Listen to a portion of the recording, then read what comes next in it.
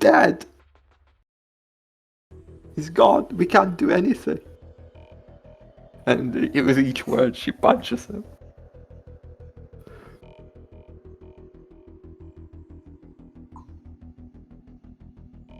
And what do you call Bob's just gonna look at everyone else going with the look of what is she doing?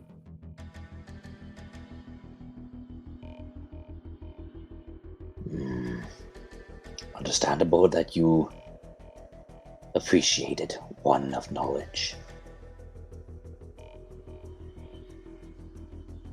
We cannot mourn him here. We have to keep moving. How many of us will remain by the end? We all make it to the grave, one way or another. She shudders at the grim truth.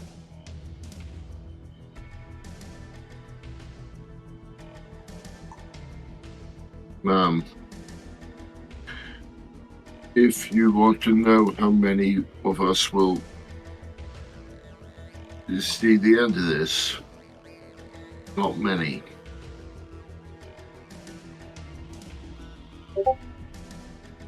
Been here before and lost many friends. I'm sorry.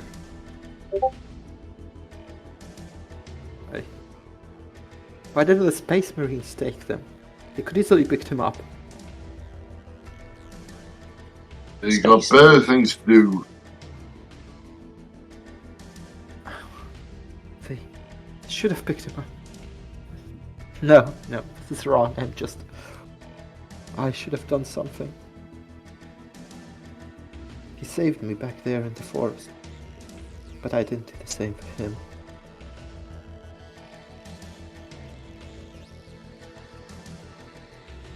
Now he's gone. I don't even remember his name. I only knew him as that predator. Perhaps that's how he wished to be known. But he was always there for me. Always ready to help. I wish I got a chance to know him better. Now he's gone forever. Do you still have a piece of them? Of them? So long as you have a piece of him, his memory will stay with you.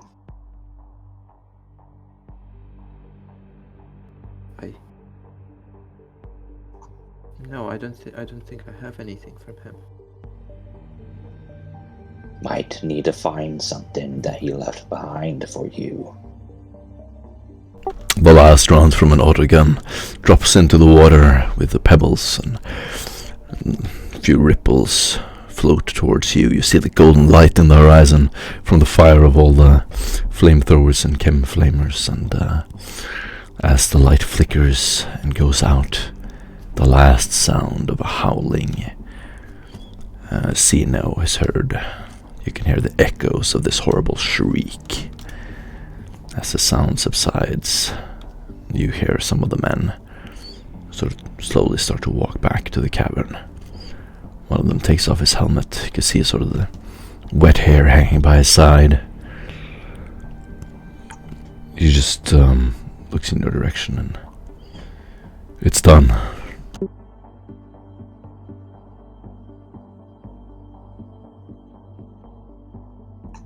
Seeing you're not in the mood for happy news, he just sort of walks past you and looks down at the ground. The Death Watch team has emerged out of the hole by now, as you begin to walk out of the cave. Ireland glares at the Death Watch. The Messiah's greatest creation.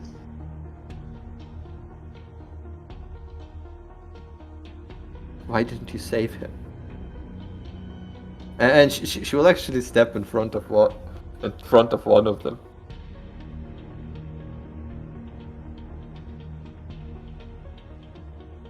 The both.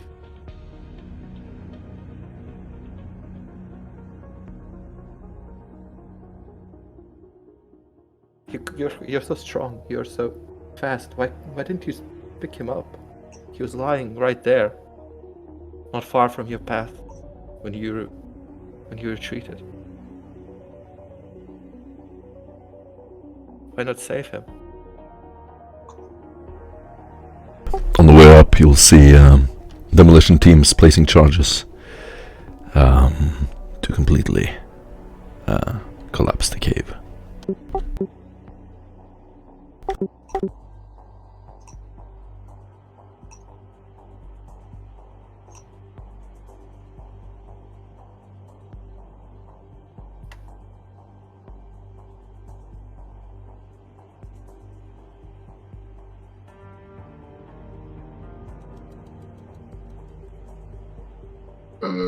As you emerge, you will hear this loud, thundering noise, deep bass and trembling as the ground gives in.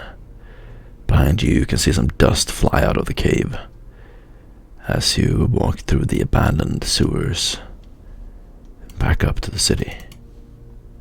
As you look around, you will see the guardsmen there, oblivious to what has happened. Some of them look at you covered in blood and gore and dust, and just sort of step away, like, what the hell have you been through? As you emerge, the Death Watch team is nowhere to be seen. You begin walking through the streets, and the place has a different feel to it now. Where would you like to go?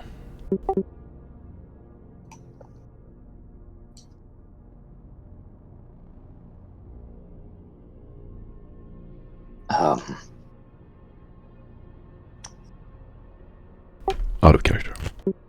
Oh. Where y'all want to go?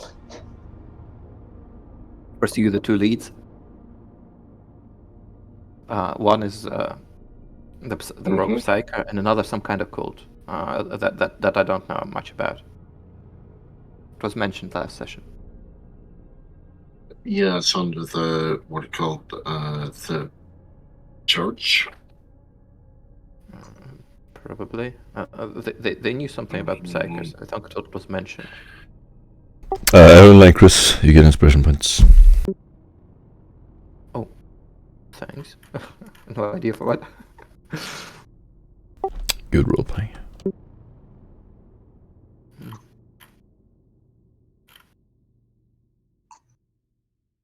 Should have hit her back.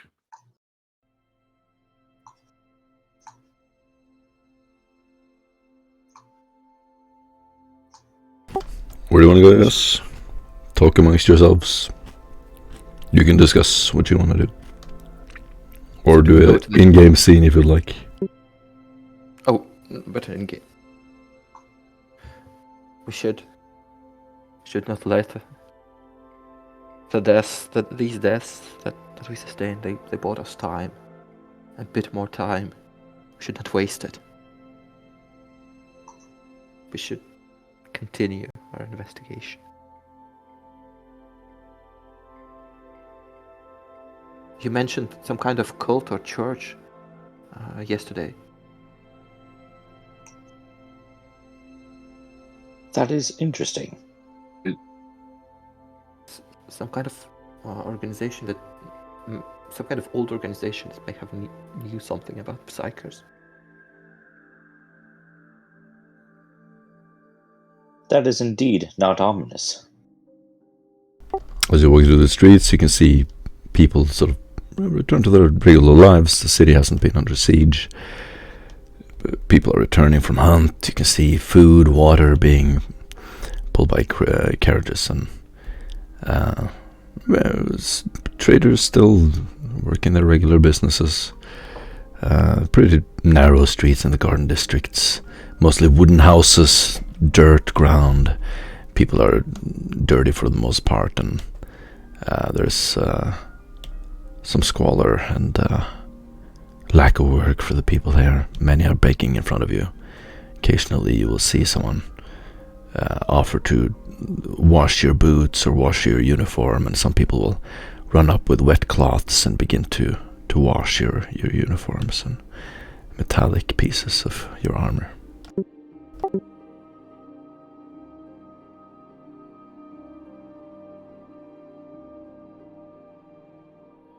There's so many people here. I allow these people to wash my augments in my uniform. They're just ordinary people, just civilians. But Tyranids, they're not gonna care for any of them. They're not civilians as far as they're concerned.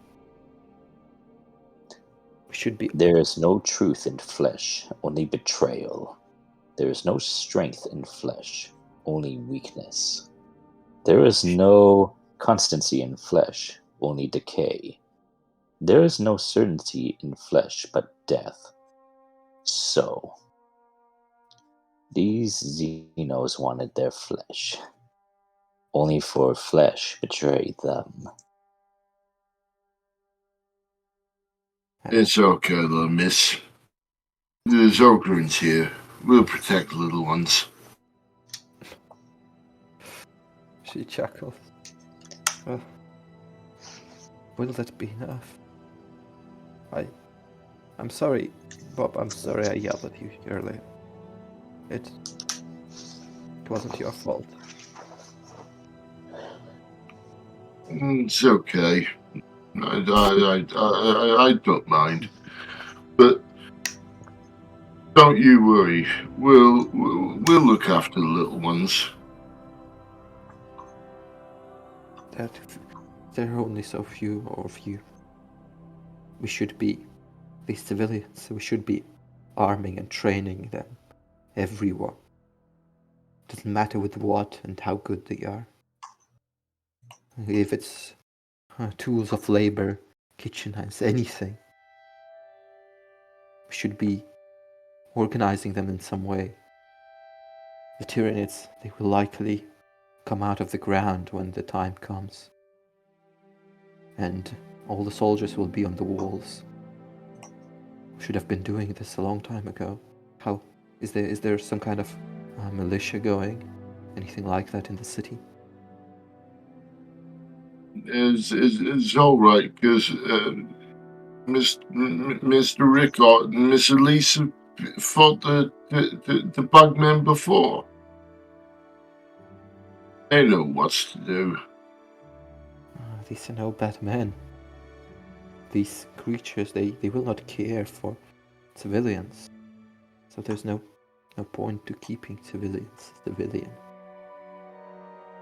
If you think that we've been twiddling our thumbs and doing absolutely nothing, trying not to train these people, trying not to arm them to the best of our capabilities, you are a fool. I'm not talking about the militia in regular sense, not about men with guns and military training, even rudimental. I'm talking about something like neighborhood watch, people, civilians with torches, knives, walking the streets at night, checking every nook and cranny. We need to, in this situation we are in, we should be preparing every man, woman and child, because we'll not be able to protect all of them. They will need to protect themselves to some degree. And do you think that they're going to be able to stop a single Tyranid from raising a village, from raising a neighborhood, Perhaps with kitchen knives? A single one? 10 of them perhaps can stop a single one. Perhaps they can slow them down. Every little bit helps. I do not believe you understand the circumstances of the problem. They could at least raise the alarm. An alarm, yes. But we are all built for war. You have the mind to control many. I have been replaced with many parts and put together. Our Ogun friend was created in his form. The guardsman was broken mentally and put back together to have enough courage to fight the Xeno. Our interrogator has been broken and put back together and has more experience than all of us to fight Xeno. We are not the ordinary.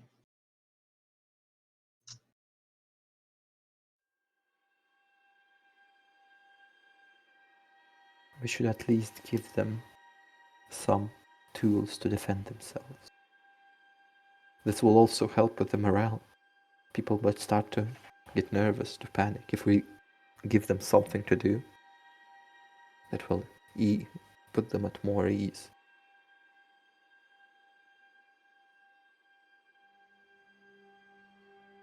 I think we should try to organize neighborhood patrols, some kind of neighborhood watch or patrols that would walk the streets at night, make sure there's nothing happening. They might be able to notice any underground activity if they're vigilant, and this will give people some sort of belonging, some sort of a feeling that they're doing something. And perhaps they will be able to slow down the threats from below and give time to respond.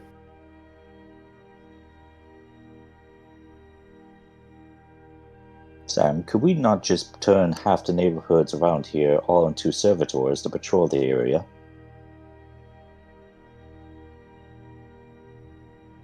Such an option is possible, but infeasible given the amount of time, the amount of resources that we would need on the ground. This is very true.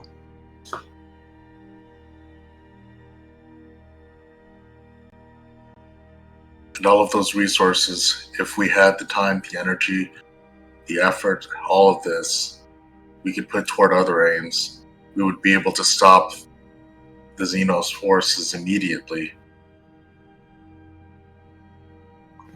But what Again, kind of resources if we had would my idea require?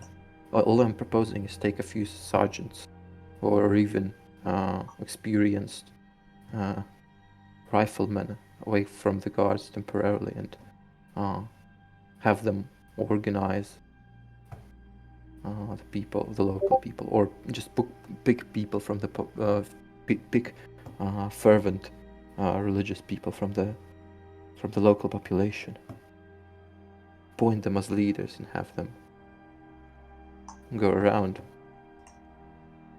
with tools of labor, armed with torches and tools of labor. And you'll see Sooner- what he called Bob raise his hand.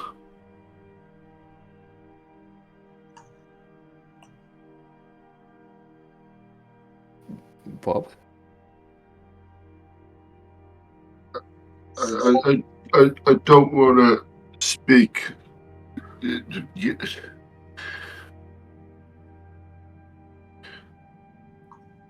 I overheard Miss Elise and Mr. Rickard.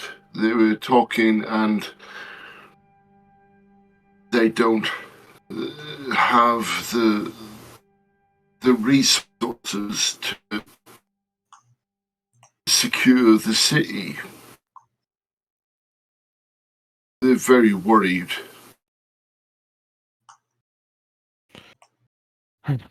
Perhaps I'm getting sidetracked. It pains me to see these people so blissfully unaware and so vulnerable. Would you rather them know the danger than be blissfully ignorant?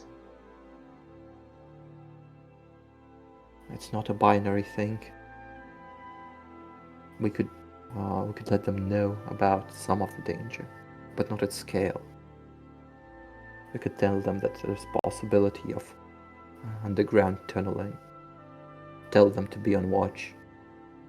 Tell them to organize and be on watch, and tell them that they will be protecting their homes and calling for reinforcements.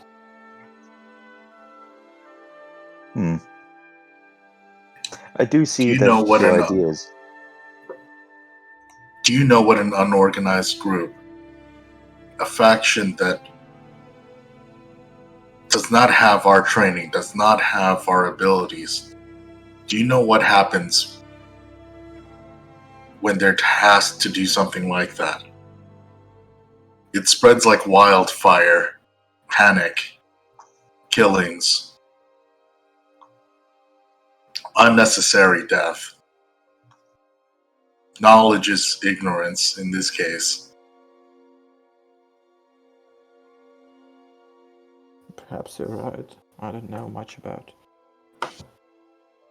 working with a lot of people. Perhaps I am just getting sidetracked. I have more experience in this sort of thing.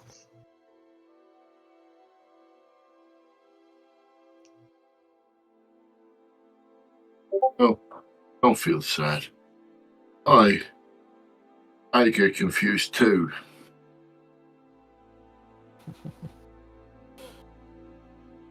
Yeah.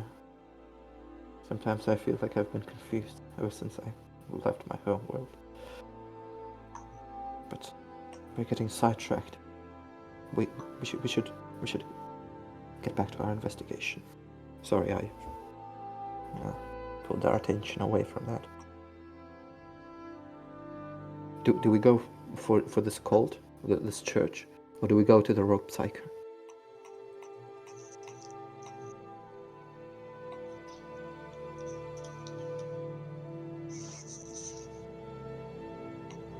If we don't know I enough. I know you don't think much of me, but I say we goes and smash them.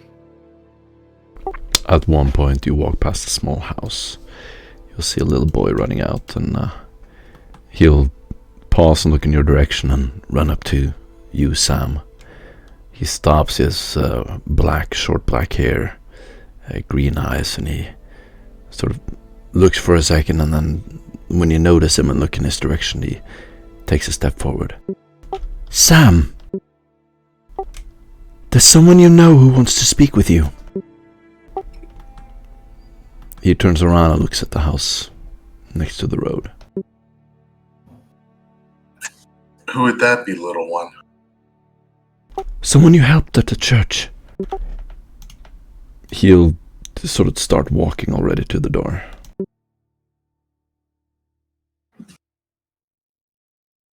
While you all discuss this, just a moment. I can spare Mrs. the minute. Samuel. Mrs. Samuel, do you want me to come with you? I'm sure that I can handle myself. Discuss amongst yourselves for just a minute. I'll be out right quick. And, Samuel zips over to the door. As you walk in this cozy little wooden home, the door opens. A little boy will pick up a napkin from the table, and as you walk over to the table and barely lit by the small window and a couple of candles in the room, you will see a rosette drawn upon it.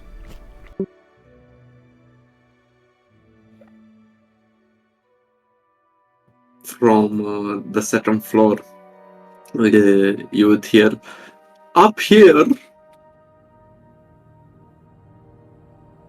A voice of an older gentleman. Upon seeing the rosette, Sam is immediately on his guard. He parts his trench coat, exposing his hotshot las pistol, and is ready to draw it at any moment. He carefully takes a few steps upward, ensuring first that there are no enemy combatants in hiding, and ensuring that his back is always to a wall. He takes more steps upward. The floor is creaking with the age of the wood, and he opens the door and sees what's inside. As you open the door, you would see a very you would see a older gentleman with a very styled mustache and beard.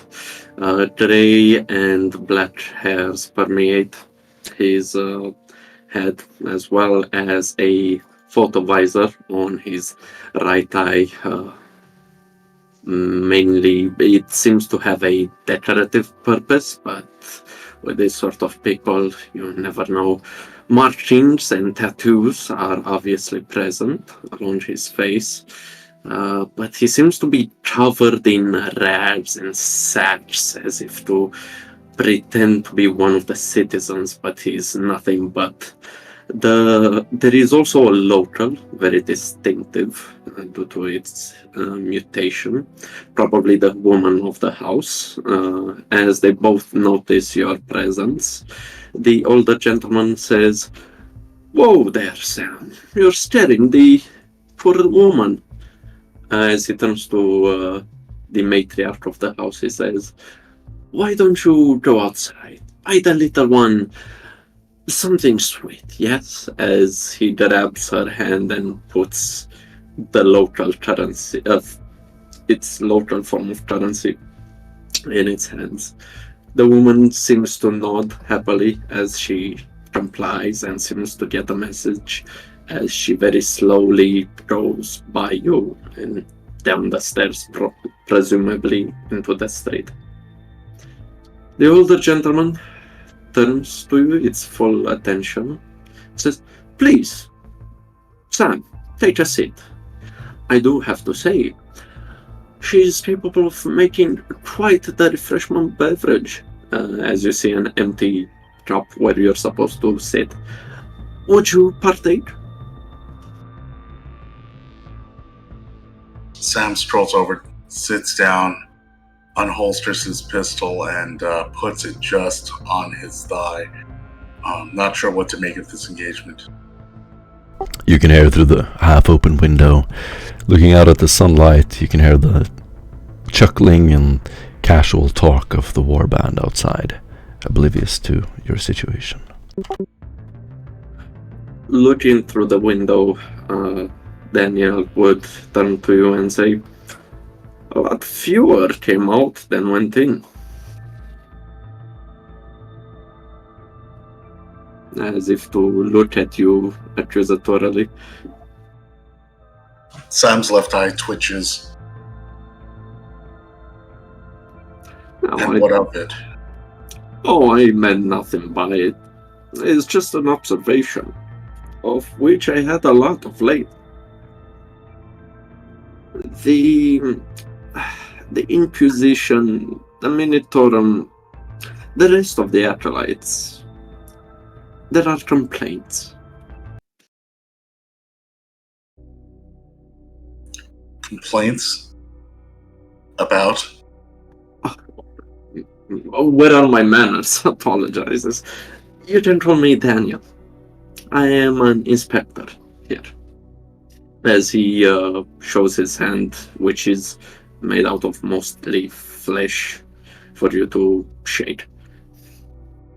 You can hear the door lock behind you as the little boy walks out of the house, leaving you alone.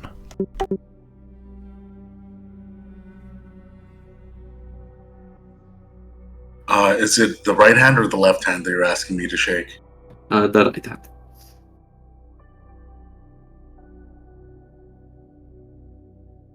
Sam will lean over the table, subtly changing hands of the pistol, and will shake your hand in turn. Now, Sam, you must understand. The results you sent back, they're lackluster.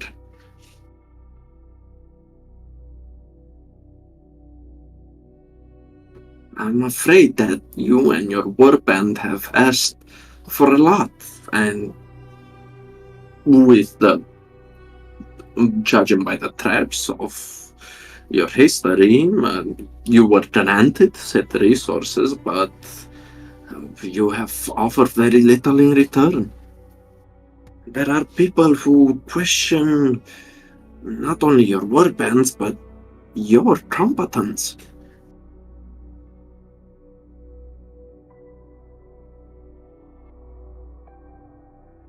They should challenge me. They do not know what it is to actually be out here on the field, to make split-second decisions like the one that I just did. Do you think that I willfully sacrificed Matthias's life? Do you think that if I could change in the moment what had happened, that I would not make it so? Daniel seems to turn his head 15 degrees and be like, who? Oh, no. That is not even a drop in the budget. No. It's the lack of, it's the manpower you've wasted, inquisitorial resources, and the fact that your actions have, some believe, not me personally, believe have wasted time and precious resources, which the same people think that they are best used elsewhere to other warbands.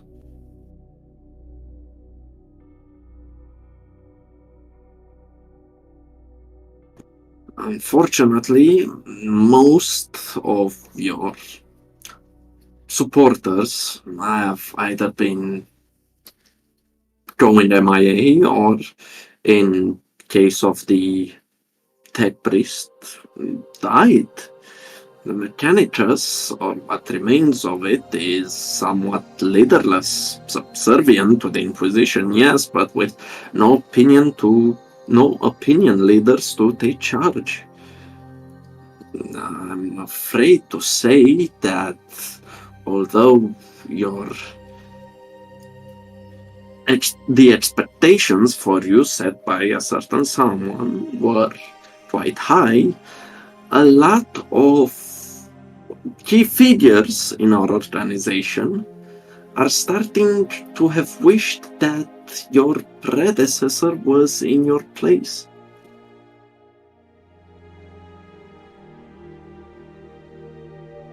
And I know this must sound hurtful, but as the thing goes, it happens. It's just a game of numbers at the end of the day.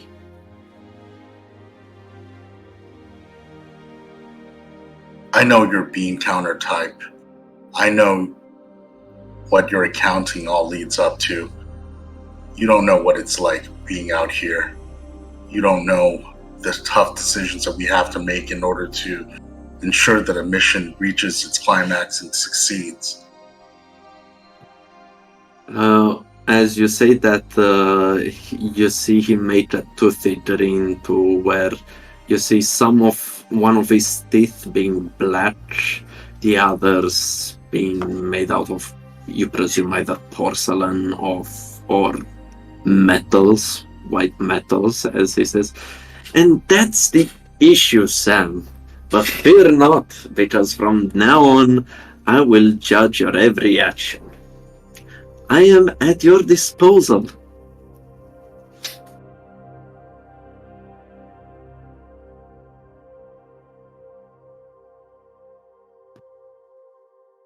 Isn't this just joyful, interrogator? You can prove all of your critics wrong by showing results from now on. And if not, well, a change of management may occur. But we will go over that when it happens. If it happens. Oh my, I almost betrayed my ambitions there. If you think that you can do better than me, go ahead, take the reins, and we'll see how far you fall We'll see you humbled very quickly. Oh, I wouldn't dare to think. I know. But if you're so willing to release your influence upon this group, upon the decision making of this investigation, then that shows how ill-fated you are. I only wish your predecessor had not convinced us to back you after his passing. If he could only see you You now. will not speak for Stefan. The dead care little of what we say. Who cares for that high-functioning psychopath? He was flawed, but he proved results. You, as more stable of mind, we had higher expectations for you. Now, I will do you the courtesy of you continuing with your investigation until you've proven not only to me, but to the Confessor and the Inquisitor that you do not deserve to be where you are. After which, I will get everything in order and, hire my position as is. There's no need to rush this, Sam. Please.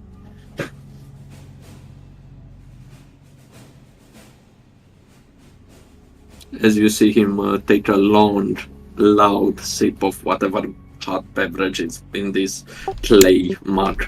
At one point the door will open, creak open, and you will hear a voice go, "Sam, are you alive? Hello?"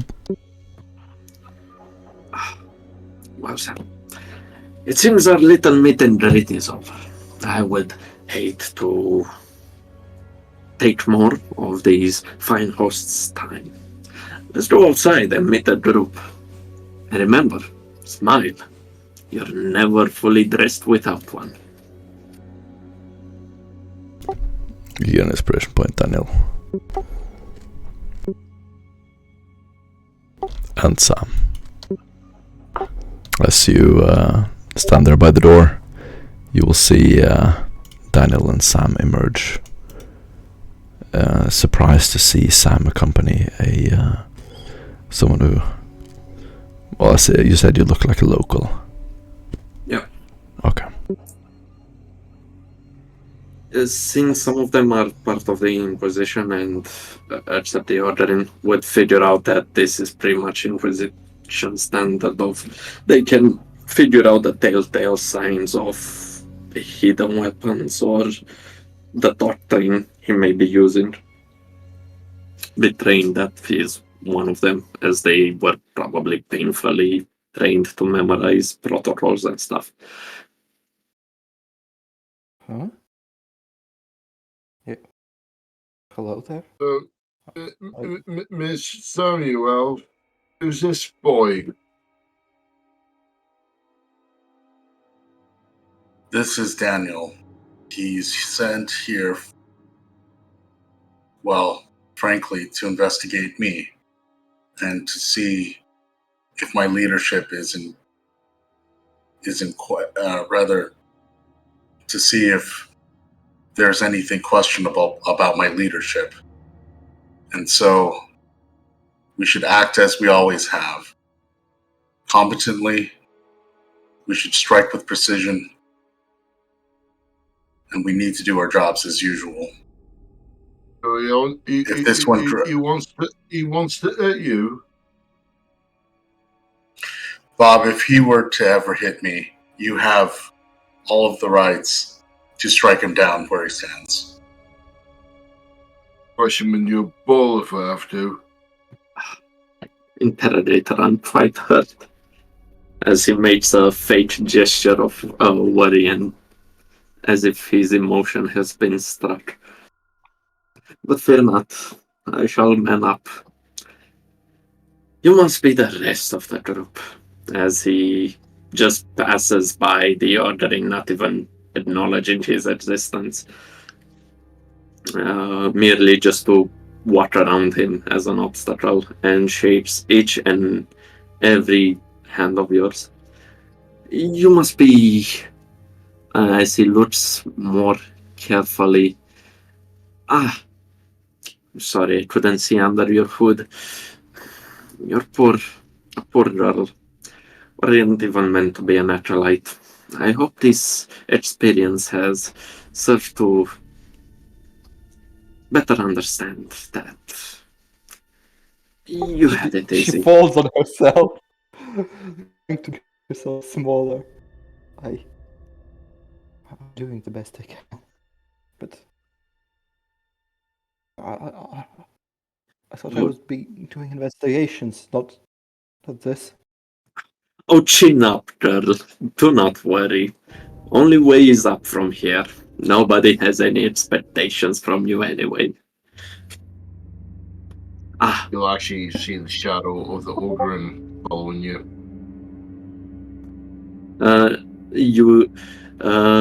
You would see then Daniel go to Rick and then go past you, so the ordering will follow, and then engage you as he uses the ordering to cover the heat of the sun and for you to speak in the shade. It's quite warm outside, and you'll look up and you can see this haze sort of hanging over the city. Glittering specks of god rays sort of slip through, and it is, it's totally wind quiet and damp. All of you are very hot where you stand, and as you look around, the citizens have sort of left you alone as two guardsmen stand on either side of you. He would shake Rick's hand, saying, Rick, Astra Militarum. He makes a mock salute gesture. We are watching your career with great reverence. You're doing a good job, man. Keep at it. As he slaps your chest, and it's as if he hits a brick wall with his palm. Head to the side. Okay. Now what's the job? Do whatever he says. Until you don't need to. As he points to Sam. And then goes to the Skitari and says, You. I don't know you. Keep it that way. Now, with the meet and greet done, what should we do, gentlemen?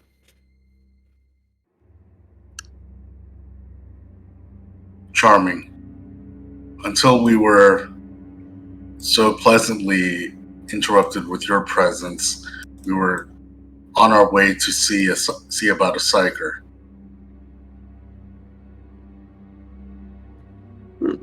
And Sam just starts leading the group, making sure to stay at a good distance from our new friend, Daniel.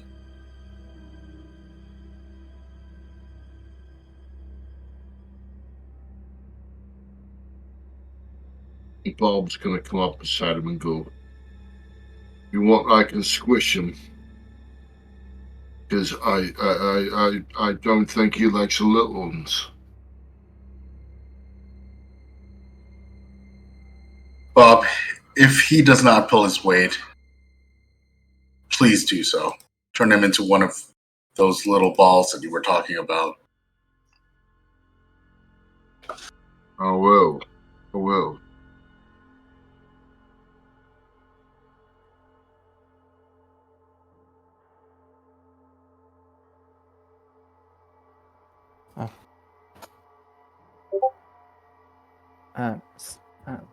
Mr. Samuel, sir?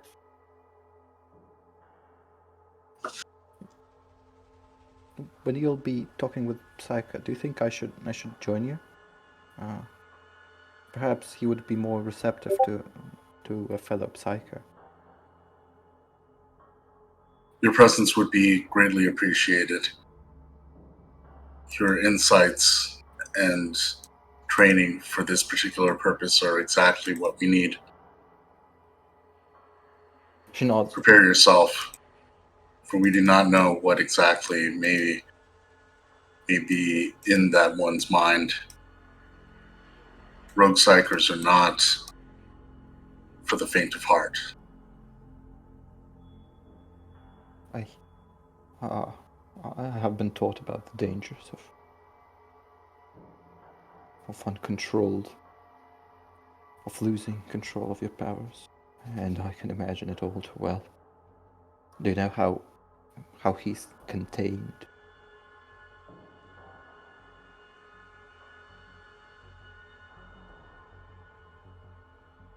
We shall soon see.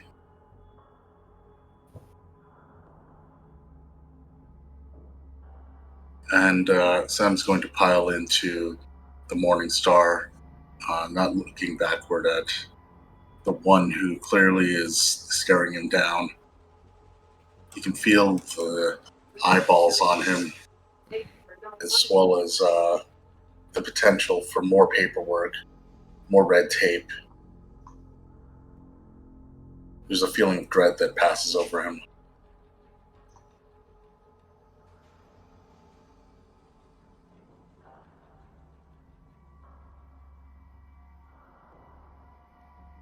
You stand there alone, the sandstorm blowing through between your feet, making this sort of rain sound almost against your boots. As some of you begin slowly walking, where would you like to go? To the local dungeons, or where the psyker is contained? Mm-hmm. Place names in the bottom and left.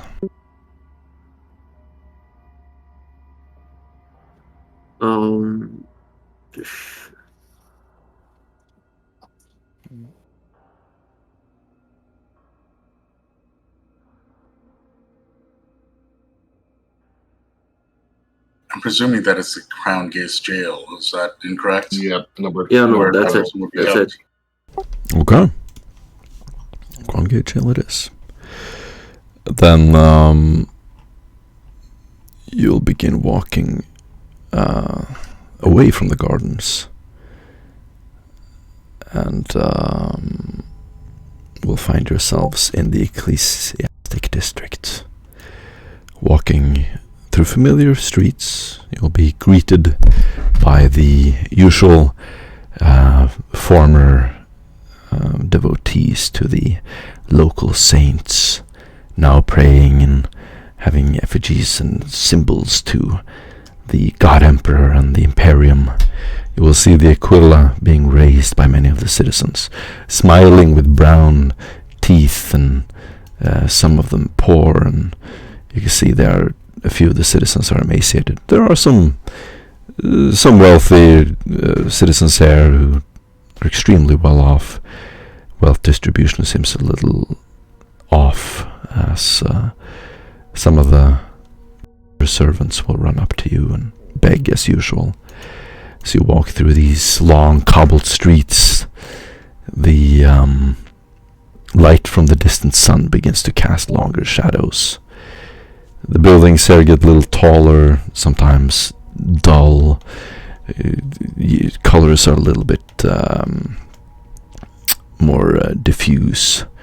You can see small decorated balconies, and occasionally someone clearly important will walk out to the street and look at you, pull out a monocle and flash belongings that are clearly given by the rogue traders before you arrived as symbols of wealth. It's also a way for them to signal that they are a part of the Imperium, and they're not particularly shocked by your presence or impressed. Occasionally you can see a religious retinue with caskets, symbols, and burning candles. People will stop in front of you and throw flowers and bow. And occasionally you can sort of glimpse this huge water reservoir to the north as you walk past these massive church-like structures. Occasionally people gathered around a shrine to pray, as you see people wearing old symbols of the local saints. They will walk away or hide them from you. Some people can occasionally be seen on their way to the prison as you walk up to the Crown Gate jail. As you step forward, would you like to just walk inside, or? As we move through the crowds, Harlan, she's trying to very deliberately not look at the people who are celebrating our passage. She's clearly uncomfortable, and she will speak quietly so that the people in the crowd don't. So only those walking beside her here. They look like they expect so much of us. They see us as their saviors. But what can we even do? Of course they do, young one. You are the best of the best the Inquisition has to offer. There's a heavy load on your shoulders. There's like half laugh, half sob. Is this all the hope? Are we all the hope this world, this city has? For better or worse.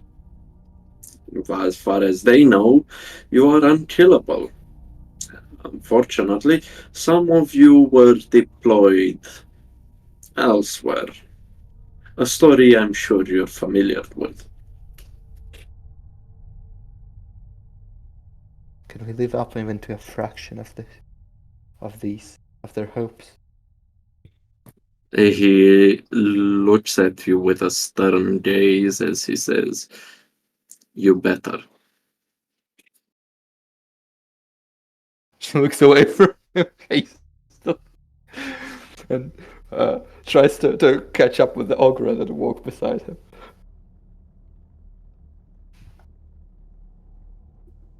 He, while behind the group, Daniel would just stretch his beard, showing a toothy grin underneath, being very pleased with himself. What's the problem, little miss? Nothing, just I'm fine. Yeah, let's go. Let's hurry. You'll begin walking towards this beautifully carved grotesques of various creatures from beyond, all reflecting the sunlight adorned on the 4 different sides of this rectangular temple. It is pretty pleasing to look at. You have soft blue and gold paintings of historical events, murals, these white tiles, and outside the temple you can see vendors and clerics in clear white clothing. As you walk inside, your eyes take a little moment to adjust, and you will see a couple of the guards will sort of bow and accompany you inside. As the light starts to sort of sneak in from this gated holes in the ceiling,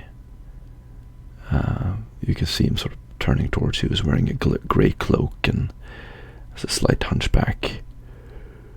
"May I inquire who you are looking for?"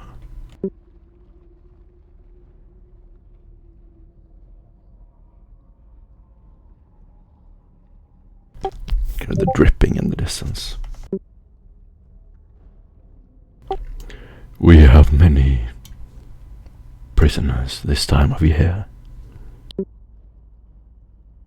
Look at Sam expectantly. As you see through one of the prison cells, you can see a prisoner sitting on a single chair, and He has a completely forlorn look in his eyes. He looks up and you see these huge eyes and this hollowed out, starving face. The jailer will sort of stop, look over, and with this echoey voice, "Oh, don't worry. They have been well disciplined. Haven't you?" You can see the prisoners look down at the ground. "They will not harm you." "Oh, what can I help you with?" We are looking for one who bears a curse. One of your mediums who... He will just start nodding and look down. "Hormoz the Mad. Yeah. He is quite mad, you know." He looks up and you can see his, some of his teeth missing. He looks up and you see these wild yellowish eyes light up in the darkness. "Quite mad indeed. Very well." He starts walking through the sludge at the bottom of the prison. As he walks through some of the corridors, you can hear his hollow voice echo. "Follow me."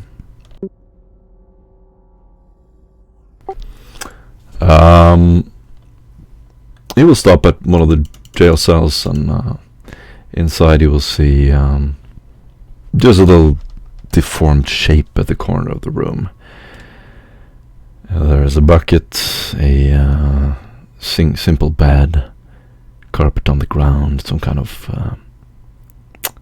looks like a weaved basket hanging from the roof ceiling.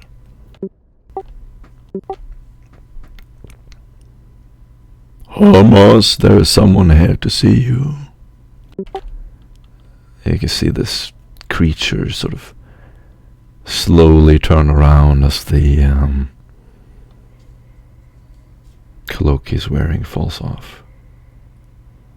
You can see this wild smile from his bald head. He's quite short, old.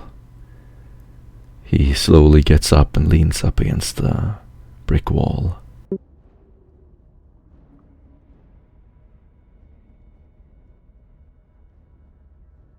"You're looking for me?" "Ah, it's you." He starts sort of wobbling towards the door.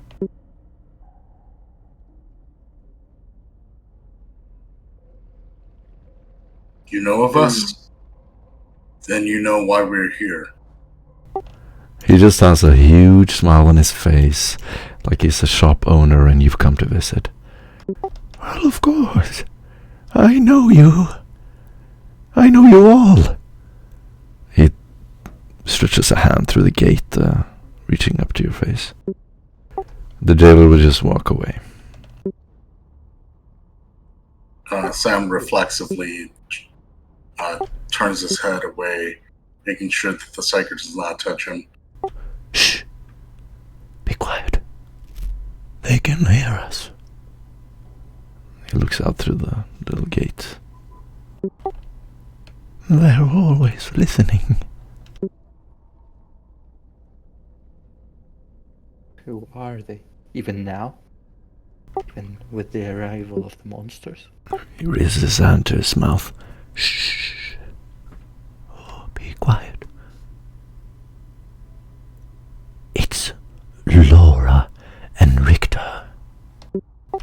But especially Laura." He just nods to himself. "Everyone should know by now." Who are they? Arelin's gonna whisper. "She always looks on me with strange eyes." He'll sort of narrow his eyes and you see them. One of his eyes just slowly glides to the side out of place. Like this.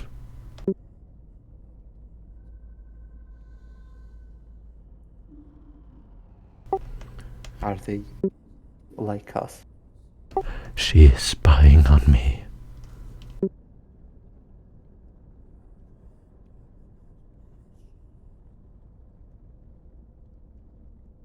We need to... You have been around here for a long time. We need to... There used to be more of those with our gifts, more those like us here on this world. He just nods to himself. Yes. More of those. Many more. But they don't approve of us. We see too much. We know. We can see them. We can see them. Are they watching now? He looks out again through the dark corridor. I don't... Are they here? Were you followed? No. Come inside. Oh, I forgot the key. He starts touching his cloak for a pocket. I seem to have misplaced my key. I'm afraid we also don't have the key. Do What? you know? Us, those like us. There were many more. There were many more, but they were taken. They were taken and sacrificed. Perhaps sacrificed. Yes, By Laura. others like us. Laura is the one. That's why they wanted me gone. Don't you see? They're getting rid of us. Yes. I have no Where- doubt they have plans for you as well. You must be quiet. I need to find them. I need to find where they are. Stop them. He just nods to himself while you're speaking. You can do a charisma test. You get a +10. Charm or flat charisma? Up to you. Well, it doesn't matter. It's the same.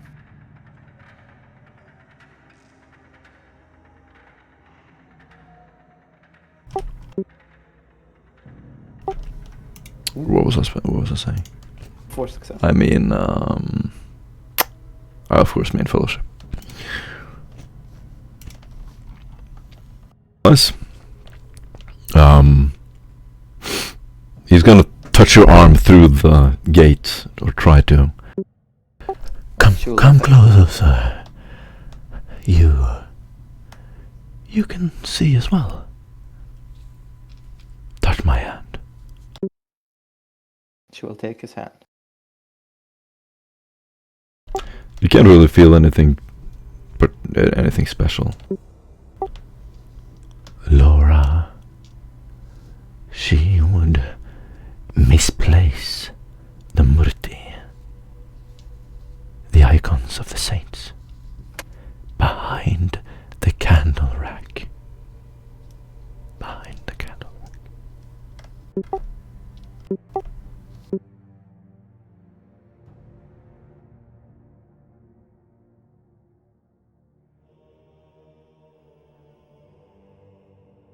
He nods as if you know what he's talking about. Where is she now? She is in the temple of Danu.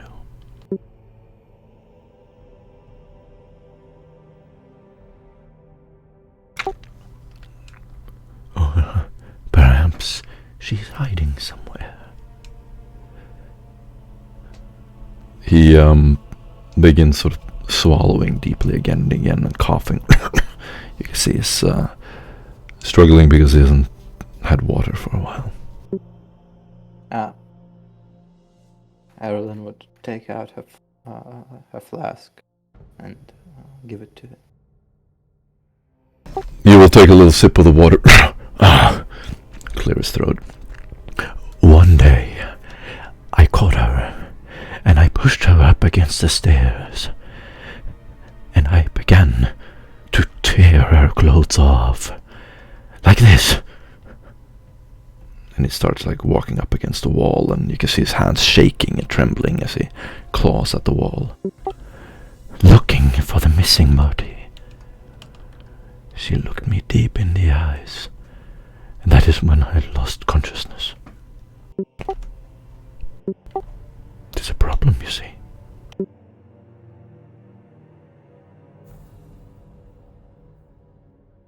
She's like you, isn't she? Oh, she is nothing like me, and nothing like any of us. Uh-huh.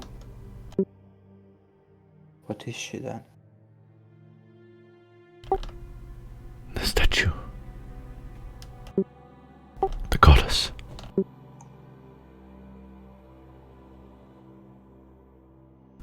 You can see his wild eyes light up, and he starts like leaning up against the gate. His wild eyes almost popping through the little spaces between the bars. The statue of the goddess, the old one?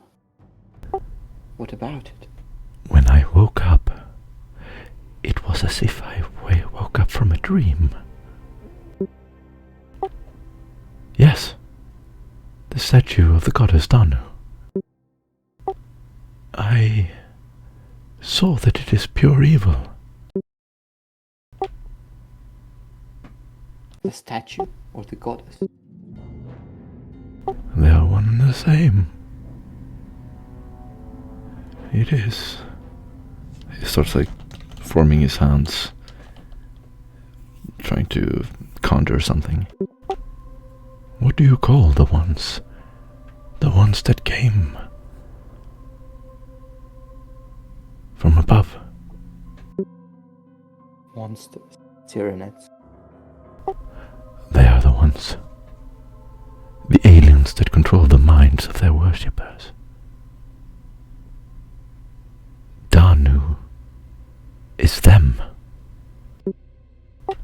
They start clawing through the gate, ripping at your clothes and trying to pull you towards them. Find them! Find Laura and Richter! Make them pay! Make them squeal! She steps away. What about the others? Tear them to pieces! See, like, some spit start running out of his mouth. We will make them. We will find them and we will make them. Handsome. You hear a freaking sword pull out We- as you see Zeta pulling out a sword. No.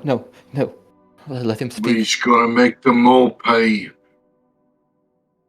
We gotta make them all pay, and all you hear is a The others you mentioned. stone with you. Sit down, Bob. Let her finish. You mentioned someone No. else. Beside the No, Laura.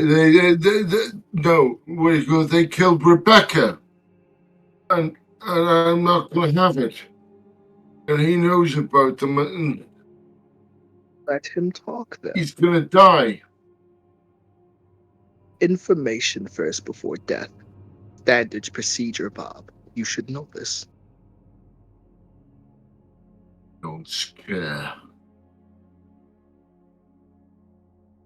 At this point, Hormoz will just sit down in his bed.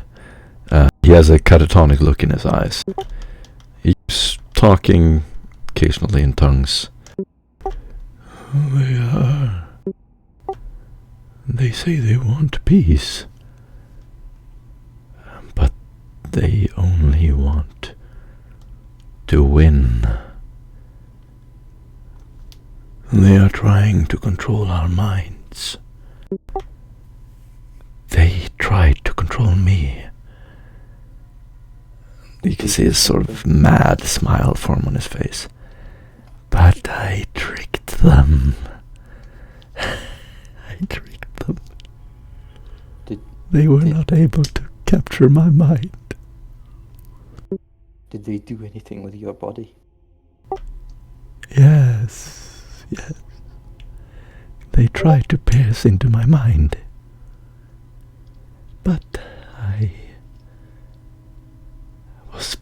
Someone found me. Someone? Who? I don't remember. Everything changed. In what way? They can read your minds too, just like we can. That's how they win. They can read your mind. They are not human. The Tyranids or the Eldar?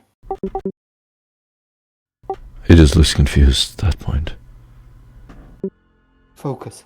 Focus. The ones from above.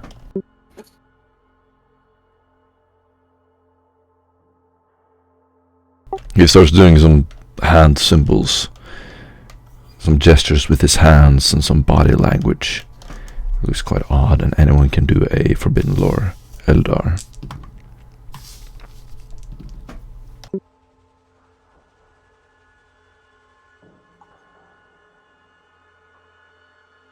Show me.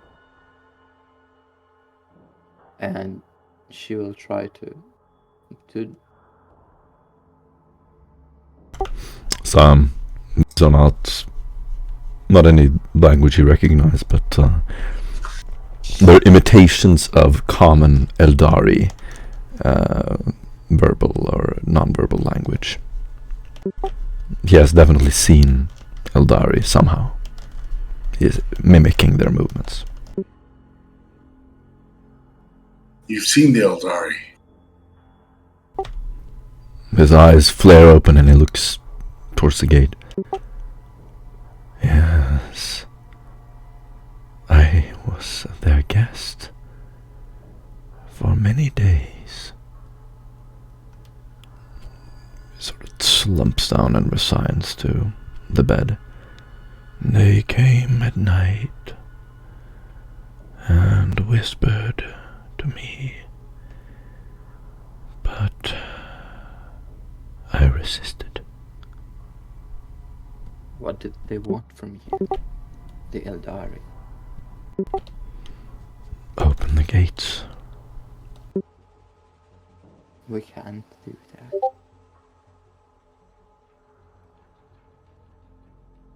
Tell me, or better yet, show me. And she'll try to form a telepathic link to look into his mind. Excellent. He's gonna try to resist, but fails. Psi rating 7.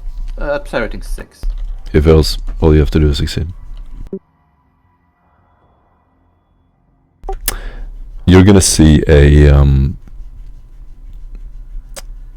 completely sane version of this old man stumbling through the halls, confused. At night, he's all alone. He's carrying a single candle, a long white gown. You don't know why he's there, but he's like wandering around the halls of the Temple of Danu alone. You see the huge statue to Danu. He walks up to it and stumbles and falls, touches the statue and begins to like moan to himself, and you hear this long moans and whining from him as he willows around on the floor. As you see the vision of him, his mind sort of fragment and many different pieces as he's possessed by something. It is as if someone in the room is controlling his mind. He is going to flicker in and out of presence in the room. It goes on for hours and hours. Occasionally he gets up, walks over to the statue, pours some water, then he falls down again. You can see him sort of sleeping, having visions, and this just goes on and on and on, and it seems that someone is controlling his mind.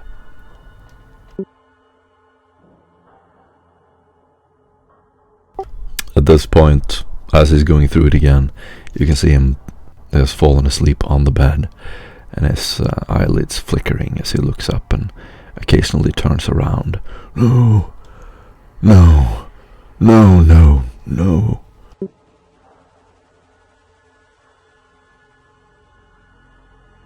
Does he see anyone or sense anything? He's completely controlled by someone, and you can't see them. Uh-huh.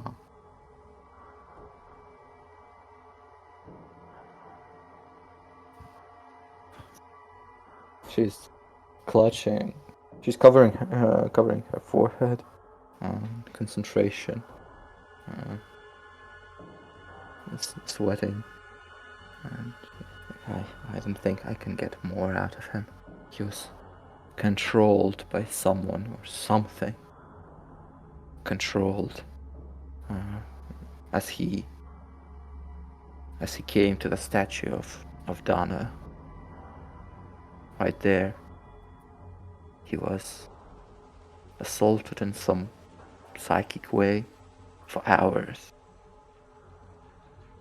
And it left him in this state. He wasn't like this before.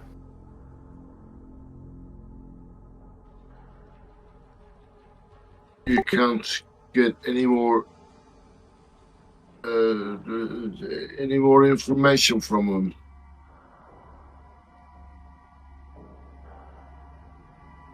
Is that right? What?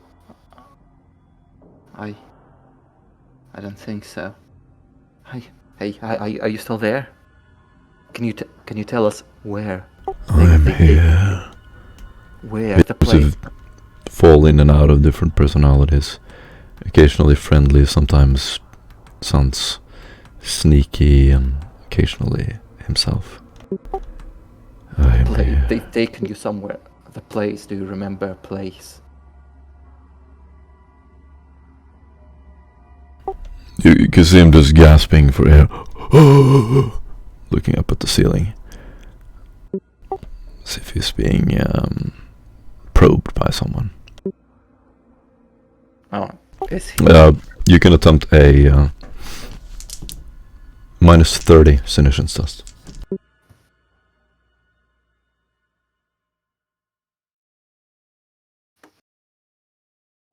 Oh, one success. Sick. You can, for a brief moment, see visions of him laying down on a ritual table. The Eldari surrounding him are using various symbols and trinkets, and he's like almost astral projecting. He is a different place, and they are trying to create an attachment to him through the Eldar's version of the warp. Is he there physically or only in spirit? No. But they have prepared a ritual for him. So when he arrives there, they have planned it.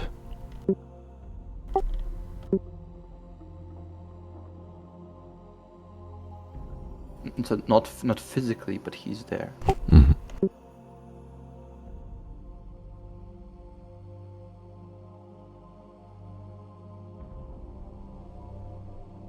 Thank you. Before the vision disappears, you will see a unusually large Eldari, and you can do a not forbidden lore Eldar tests. No forbidden lore, Eldar. Okay. Only Then warp. you will not learn anything else. Okay.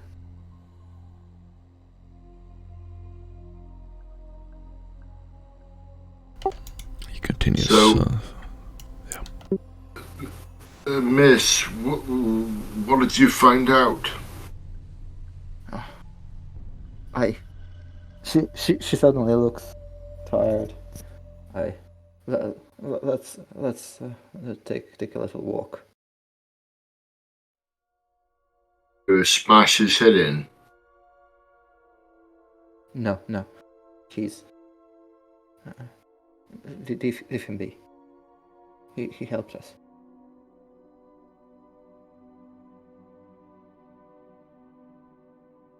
And he's going to look over to Sam and go, Should have smashed his head in.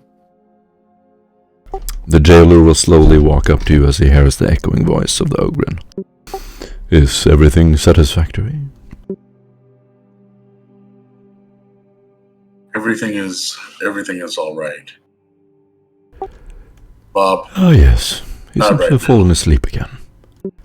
He looks to the gate. As I told you, he is quite mad. Well, would that be all then?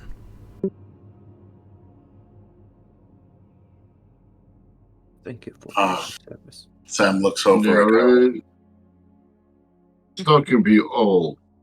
I mean, this man is, he's dangerous and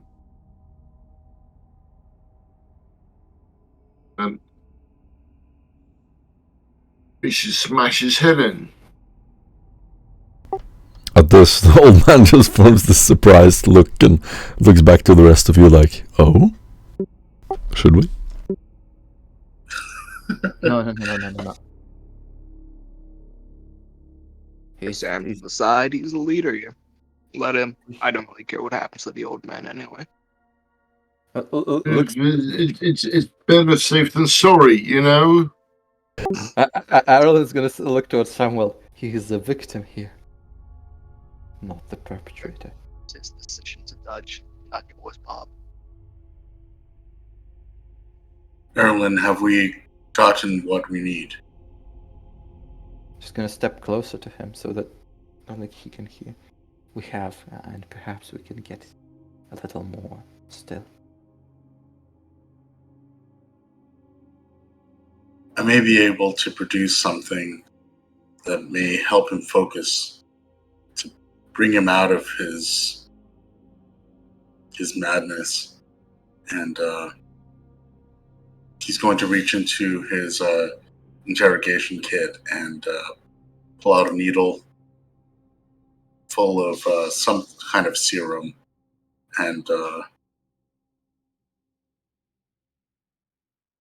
he's going to point this over, or he's going to hold this up at Erlen and say, do you think that he may be willing, at least in his current state of mind, to take such a thing? I'm not sure we would be able to get more out of him. His mind has been messed with. There's still... I don't know if focusing it will help. But he has been prepared for something. He has been held by the Eldari. They held his spirit, and I think they intended to hold his body in some kind of ritual chamber. I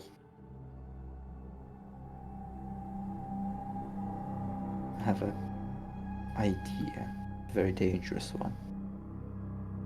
It is possible that they programmed him or prepared him to come to that place. There's a chance that if he is free, he would go to where they intended. But to what end?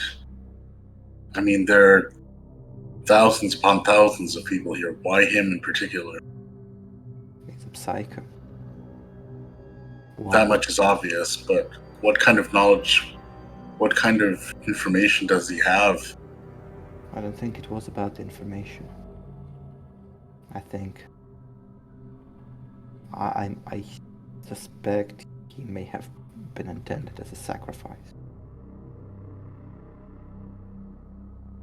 Just someone who's easy to get to. But it all started around the temple of Dano and around the statue. He also, I think he believes there's some kind of that perhaps its cult or its presence is somehow infiltrated by the Tyranids. Do you think that's possible?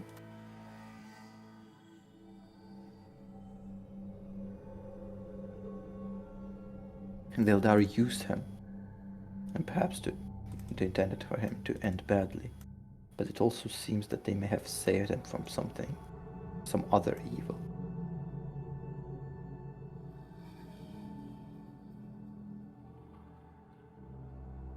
We should probably investigate that place.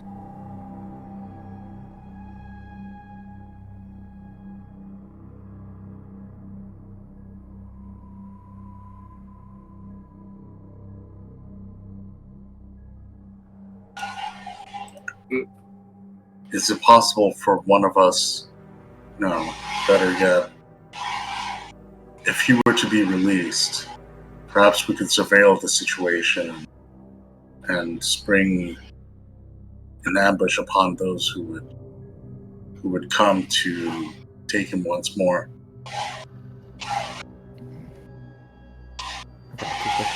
Sorry. Perhaps we could place a tracker, some kind of tracker on him.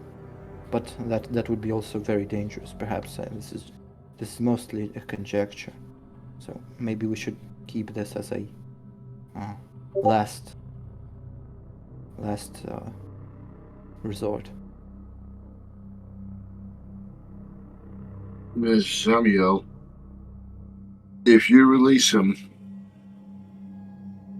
I'm gonna rip his head off. If he's in league with the bug people, then I don't care. I don't think he's in league with the bug people. I think the bug people wanted to go after him.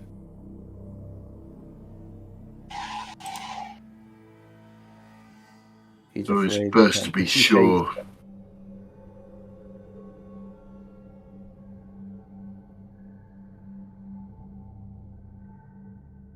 There may be those in league with the bug people around the temple of Dana, but we shouldn't talk about it. Not in Then public. he gets his head ripped off. Okay.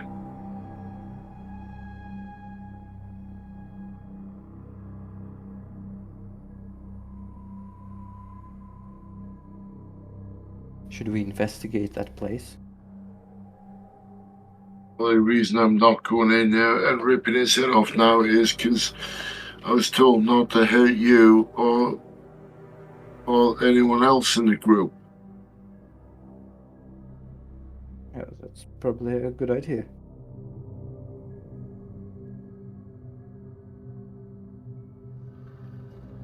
That's a good boy, Bob. Sam reaches into his pack and hands him a few pixie sticks.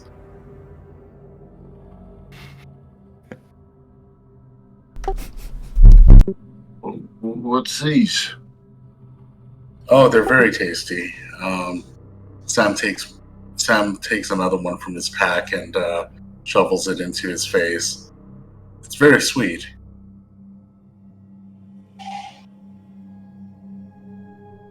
Okay, it's actually really quite nice.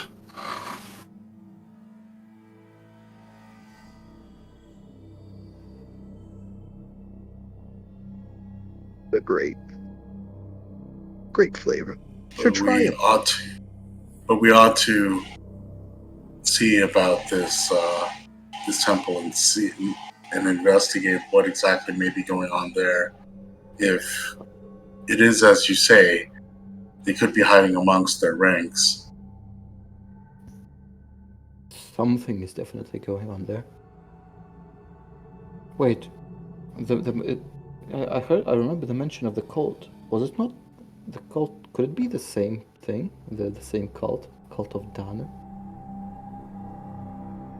Is that a thing?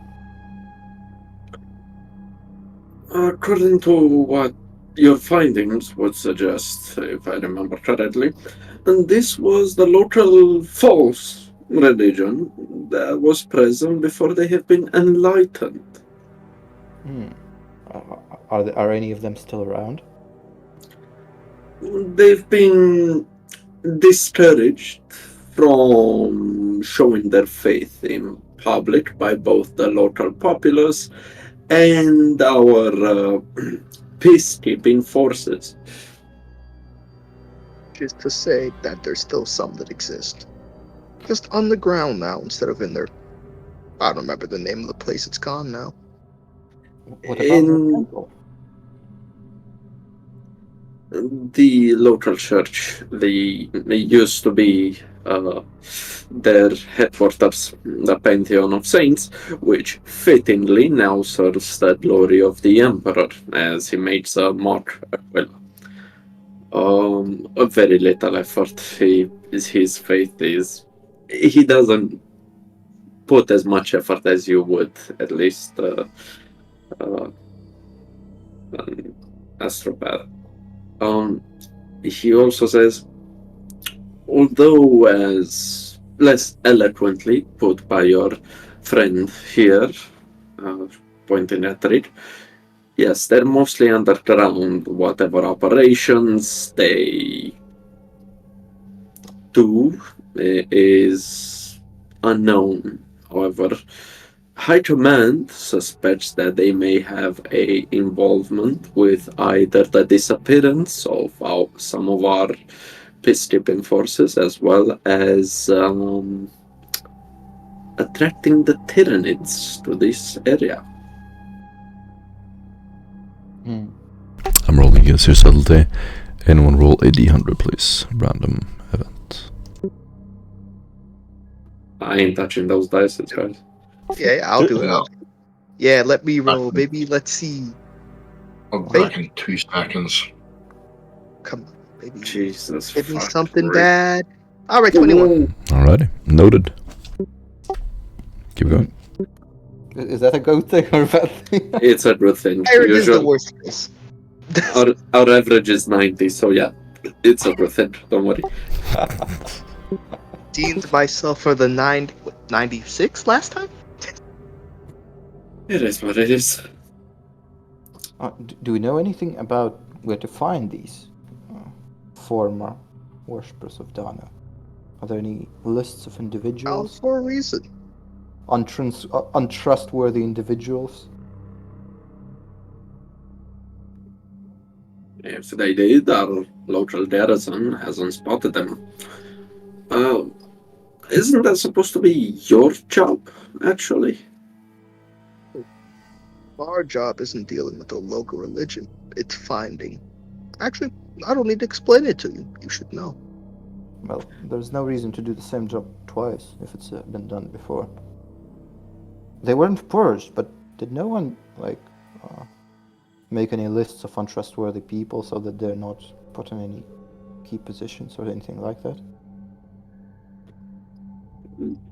There was a list. There were some minor accidents some of the people of those lists faced. Some of them just disappeared, and not by our hand. Well, Is unfortunately to the maximum capabilities of our guardsmen. well, You, Astropath, have proven useful. You found who, you found when, you have found how, yet you did not answer the most important question. Where? that is what we'll need to find. But, well, we know one place where to start. The former Temple of Dana. The Pantheon of Saints. Your headquarters. No, the Temple of Danu is a separate location. Oh, is it? My bad. Pantheon of Saint, Temple Dawn, different places. Yeah, my bad. We should take a look there. And while we're at it, we should send. When we next visit headquarters, we should get a list of people. Doesn't matter if they're dead, alive, or disappeared. It will be a starting point. And you're planning to do all of this investigating dressed like as he flutters his hand in everyone's direction. Dress like that. Guys, I don't do it, but other people do. With all due respect, you are like, and he tries his best whether to be polite or as annoying as possible, saying, you look like a blind man in a fine pottery shop. You will attract attention. I'm not saying that you could. All I'm saying that is when I saw you walk down the street, I've seen you harassed by the locals, and the Skitari was offered his cybernetics to be polished. I suggest a more discreet change of Oh, you're volunteering, is what I'm hearing. Hmm? No one's heard of you. No one knows you. And you can do it, probably. Hmm. After all, you're so good. I am. But this isn't about me, it's about you, isn't it? How It's how about how would you? providing assistance, which you can. Have I not provided it already? No, you just talked a lot. And you seem to fail to listen. No, Okay, I don't. there's no point arguing. But Not really Yeah. argument. But continue. you say we're too obvious. How would you have us go about it? I mean, it's not easy to hide a Skitari, for example. He shows his robes, and then he reveals from one of the many wraps around his hand a carapace armor, the gauntlet of a carapace armor, saying, "It depends on the effort. Easy, probably not. Doable, certainly."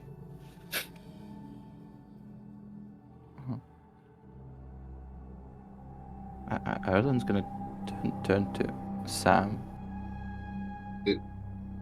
Is you saying that I'm the problem? No. So he's saying I you're don't old. mean to be. You're fine, Bob. You're just big. Extremely big. There are quite a few Ogrons on the world, right? So- But they weren't here before we came. Which means they know that they're with us. Hmm. Don't mean to be a problem. I'll go home if you want. Who said that? Mr. Samuel, what do you want? As much as I hate to agree with our new friend, he does make very, very convincing points.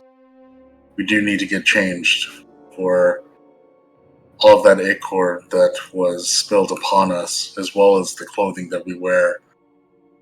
It is a dead giveaway.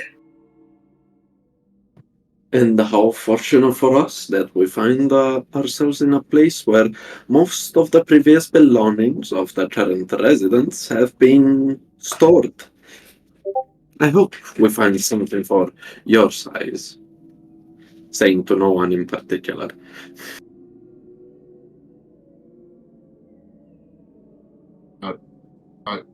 I don't know what he means. Do I go or stay or what? Well, We could use your assistance, however, finding Reichardt and, well, having him back with the warband may prove more fruitful. You may be a beacon of strength, but you're also, I can't believe I'm saying this, quite bright in also attracting attention. You'll see his head just drop down and go, I do something wrong. So I tried my best. No, you were good. Aaron's gonna reach up and pat him on the elbow. You can always guard the headquarters for us.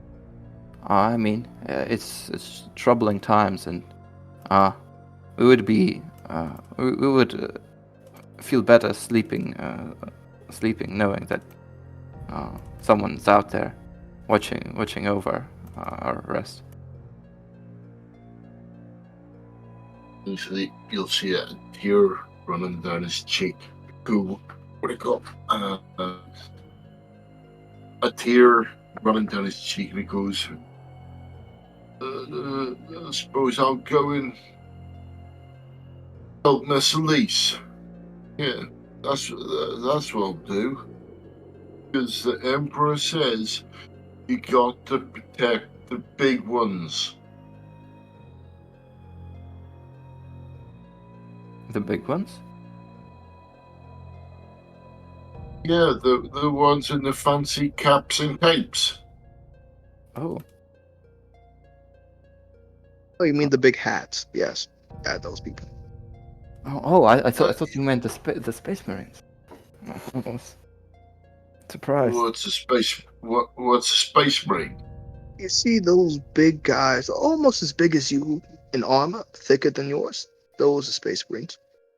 They were in the cave with you. Oh, the little godlings. Yes, What? yes. Them. I like Oh. the name. I'll just let it. The Godlings.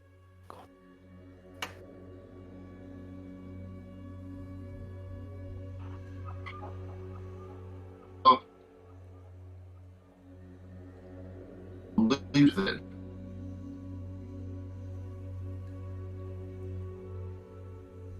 Anyone know where I have to go?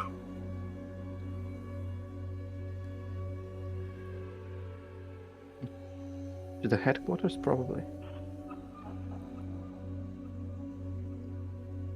And which way is that?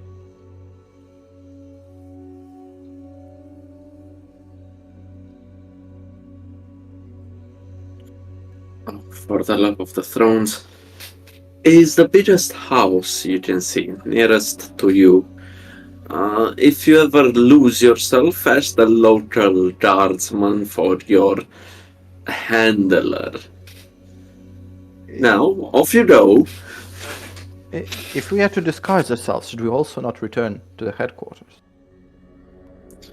It would be difficult to track us from there, compared to from some other location, and we could probably. There's clothes. Use them. Yeah, but They have yeah, I'm thinking this correct, right? They have like a box where they take all the prisoner stuff and just eat it into a locker or something. Right? You suggest you switch to your disguises in the Pantheon of Saints. I wouldn't know how to go about this. Do you maybe know, Rickard? Do they do that in the guard? But armor Oh. for a reason. Don't really go on stealth. That was never my thing. For a reason. Because I'm not that good at it. Which is why I'm probably just gonna go with Bob and let you guys handle this. Nonsense, Rick. Fear not. With a malleable personality such as yourself, I can guarantee you I can disguise you as the lower class easily. Armor. If you really wish for more ample supply, I am aware that your ship has equipment necessary to forge documentations as well as disguises. Mayhaps there. As for the Pantheon of Saints, I will not recommend it being the Inquisition's headquarters and you being quite a hot topic, the locals are watching it constantly, and presumably so does the opposition. But nobody is interested to be even close to a dungeon or close to a place of power, should they lack the influence that is there for the ship or the dungeon is more favorable, at least in this humble servant's opinion.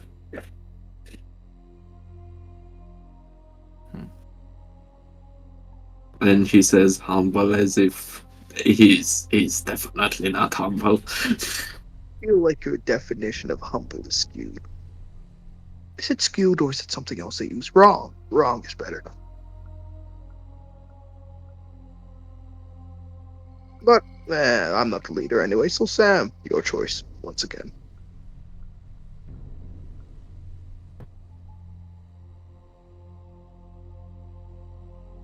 Sam is away. Where do you want to go, guys? Uh-huh. What do you do? I just say we go to the dungeon, take some clothes there for some people, and just change into them, then investigate the place. Sounds good. You all slip into new disguises. One of you can do a disguise test. I will do so. Yeah. Now you we all be Your looking. constellation is a little strange. I'm going to give you a minus 30 on that. Minus 30. That's why I'm gonna sit out and let you guys take over, because I'm not doing stealth. Anyway, Anyone has deceive out of curiosity? Give me a second. One bit. There's a sub-skill Oh, under deceive called disguise. Yep. That's one we're using. Yep.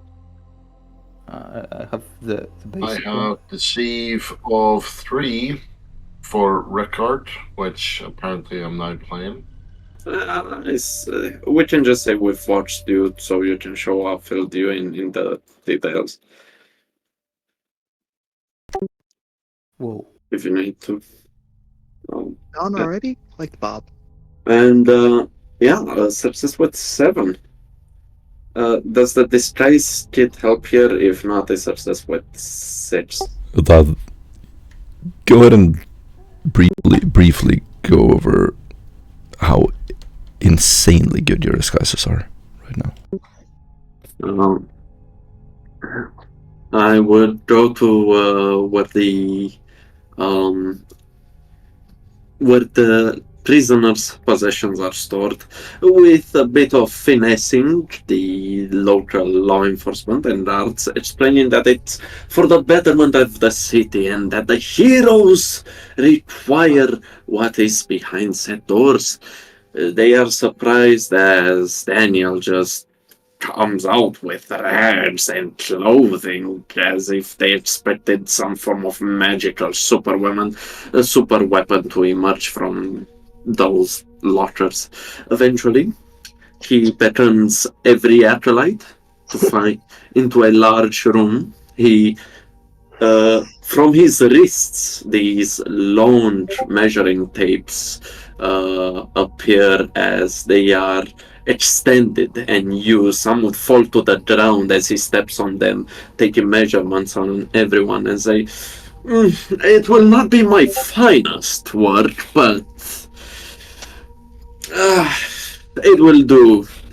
As he begins to, with inexplicable ease, his fingers begin to elongate and contort in unregular fashion as these small pin-like needles from his tip begin to saw together what would appear as to be local clothing, maybe a bit more better in quality, but nothing that would attract attention, just for you to be more maneuverable, to also have your armor underneath, and also creating the wraps and slight gloves. But you managed to find a perfect disguise for Bob the Ogrin, who emerges out of the room, looking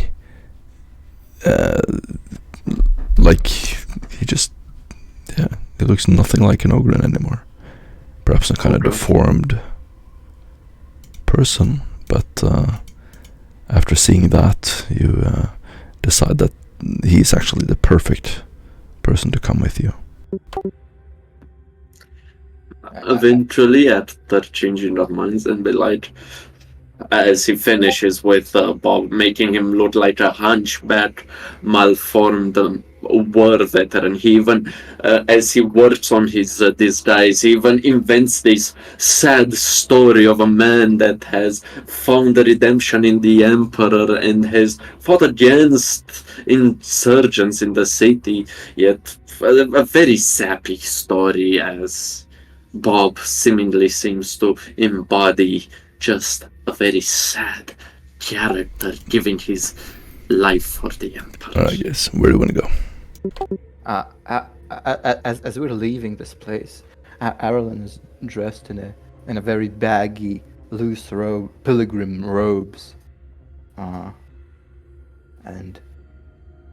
as she passes past the guards, there's going to be a dark, foreboding feeling settling on everyone, and the guards will forget the last 40 minutes.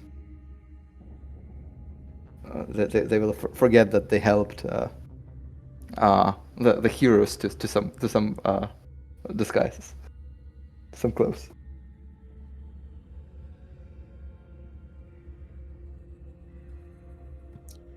By astute skill you possess there.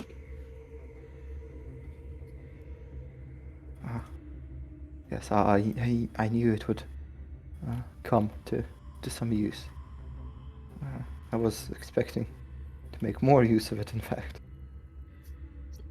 You should read more between the lines.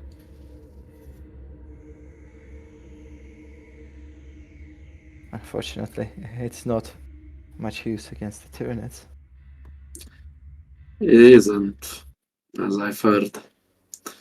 As Maimont and Brabazon have read reports, some stolen, obviously, as Maimont isn't so willing to share theirs, but Brabazon have informed us, surely, that no, it is not. I believe that the disguise suits you. Yes? Thank you. Yeah, you did a great job. I know I did. Now it's your turn once more.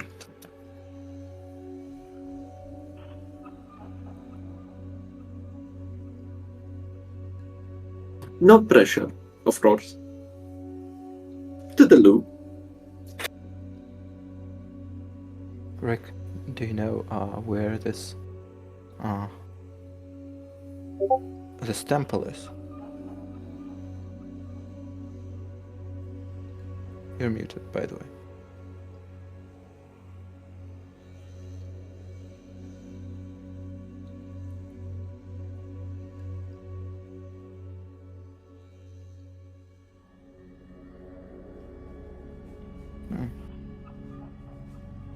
I'm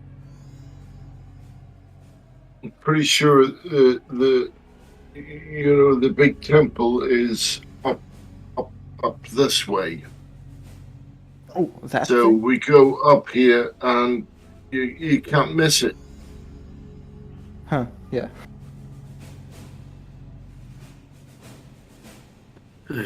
And you'll see what do you call Bob just go.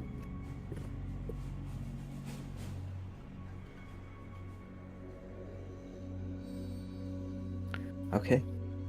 So I feel disconcerted that the ordering is leading our entourage.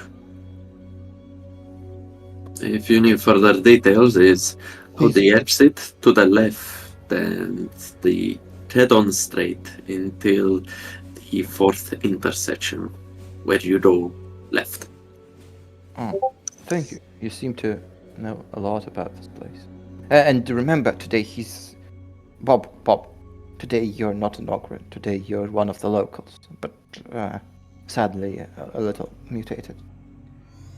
Remind me what I am to do.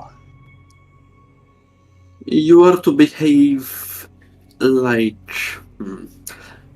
imagine a menial. You know what a menial is, right? Shambling alone, wasting your life for labor that nobody cares. Yes? It shouldn't be that different from what you usually do. I am programmed for war, not menial. Those are servitors. Well, now we improvise. You should pretend like you're a manufactorum worker. Manufactorum work? Yes. There are some manufacturers in the city, right? Yes. Programmed. Could become a tech priest one day. No, not programmed. You're not programmed. You're just a worker. Can you pretend to be more like us fleshy people?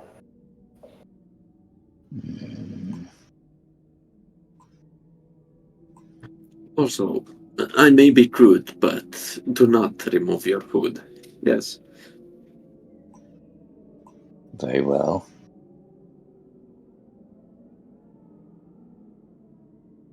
Ask a question.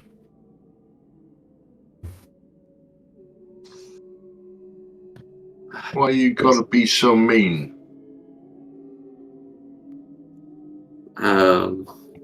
Daniel would look to his left and right, and then looks at Allure and then say, "That's right, Astropath. Why are you so mean to the Ordering?" What? No, I'm talking about you. Why you gotta be so mean? Me?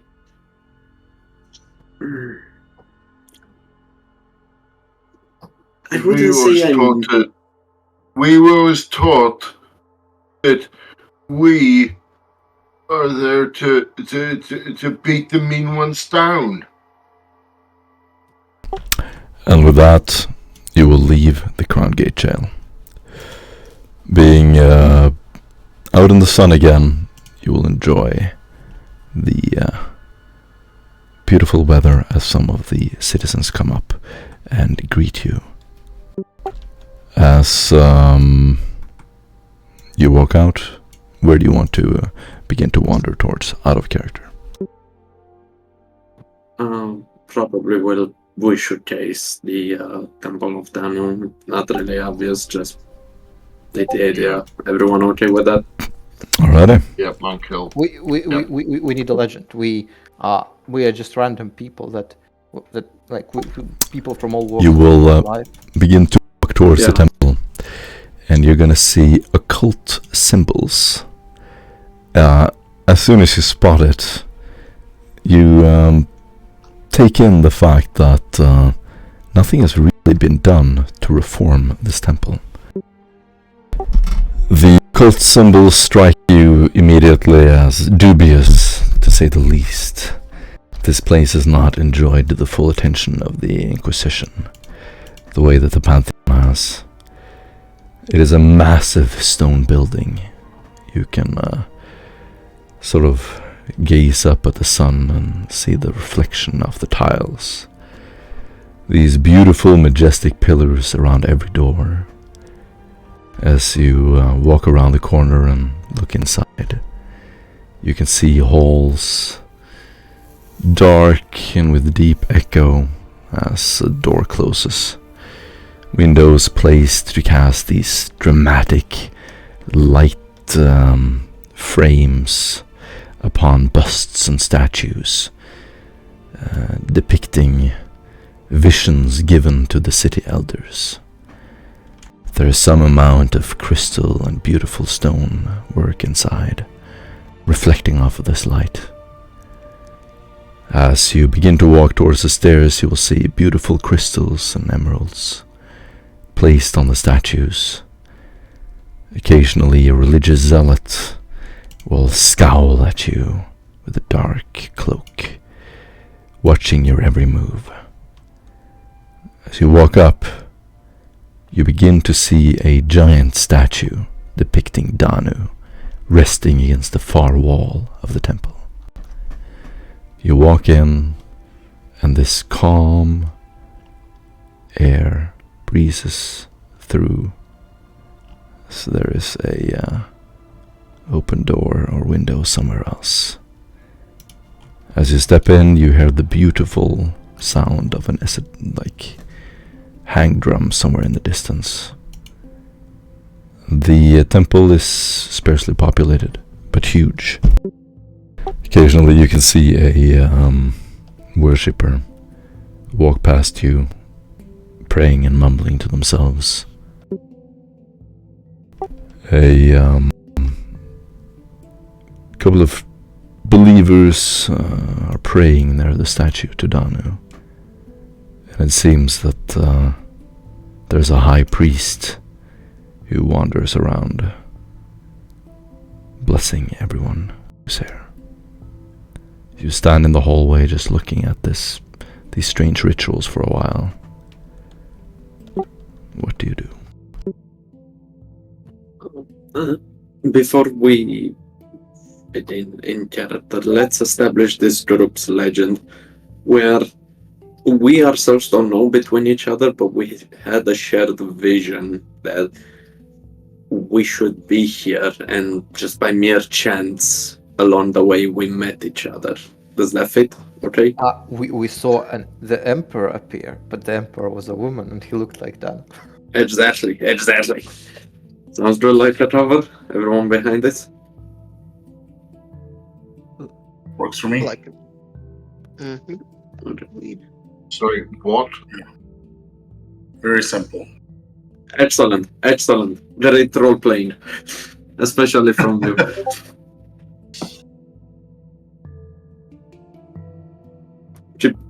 Keep going at it, Bob. There are a bunch of tomes on bookshelves and old chandeliers. The place is light with white tiles and crystals. It is very beautiful. As you stand here, you enjoy this hang drum music and this aura of tranquility, almost hypnotic, goes through you.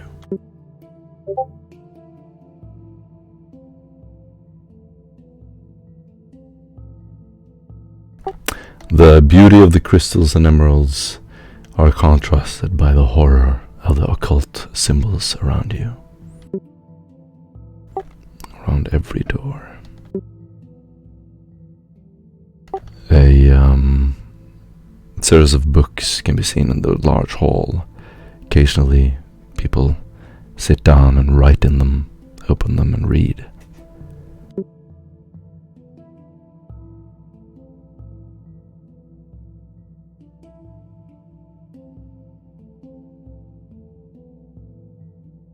There we got exploring, I guess. Who are we looking for again? Oh, yeah, the psychic lady. Right?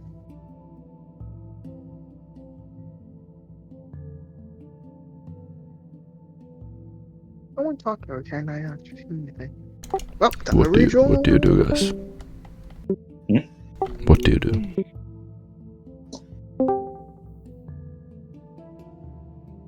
I just follow with the crowd. What you'll hear is what I call the Ugrin going, and what he called chimbering around, and goes, so, do we do it?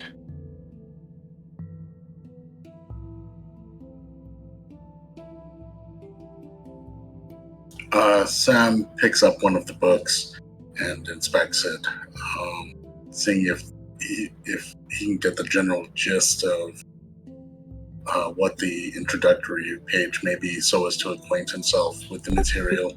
Very nice.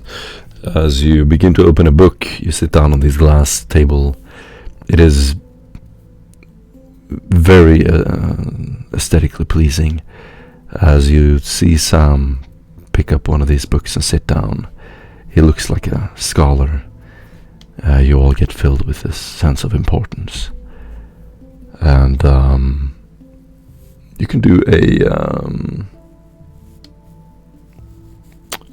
an intelligence test.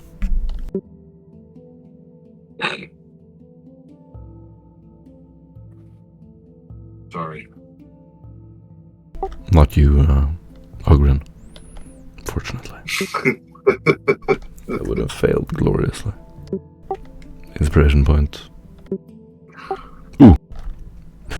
You have no problem finding the right tomes in the right order. It seems that these tomes are about the true believers, a vision that was intuited by the ancient high priest Barai.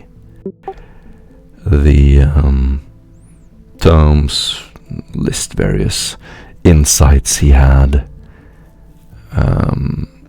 mostly through praying to Danu. He began to see visions. This is one of the founders of Charni. You read it with an open mind at first, and there are mentions of creatures he has seen. As you read about that, your interest grows and you begin to flip through the pages. You can all now see Sam sitting there with several tomes. If anyone wants to join him in this research, you can do an intelligence test. The hunt for the creatures that Barai has seen leads you through a bunch of references.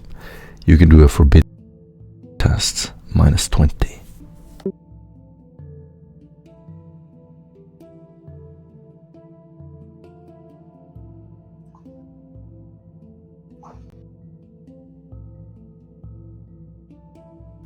Anyone who succeeds the intelligence test can attempt this.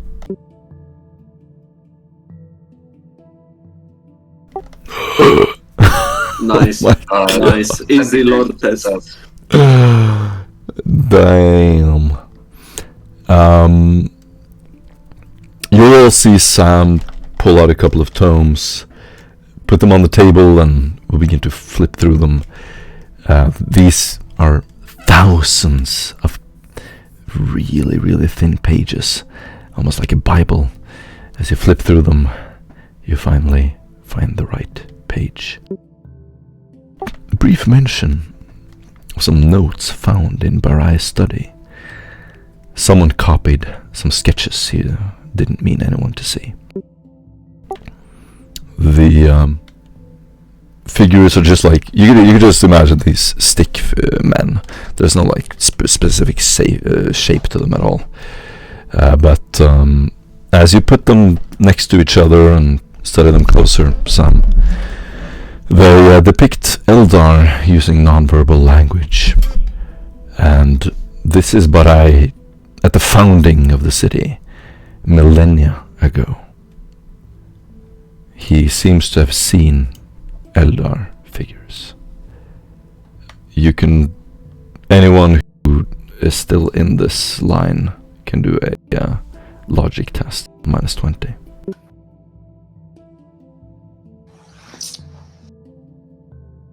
Give me a second.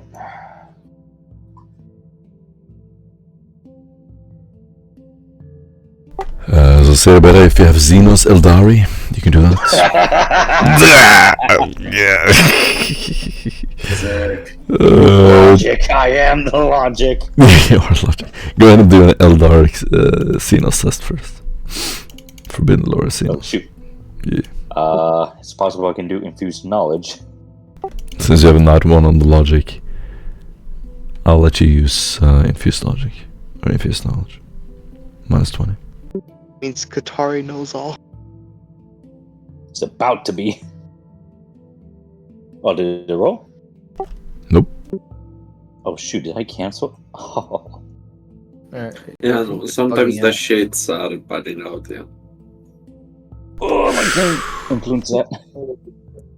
You know, because I want to keep the ball rolling, I'm more than willing to give you my inspiration.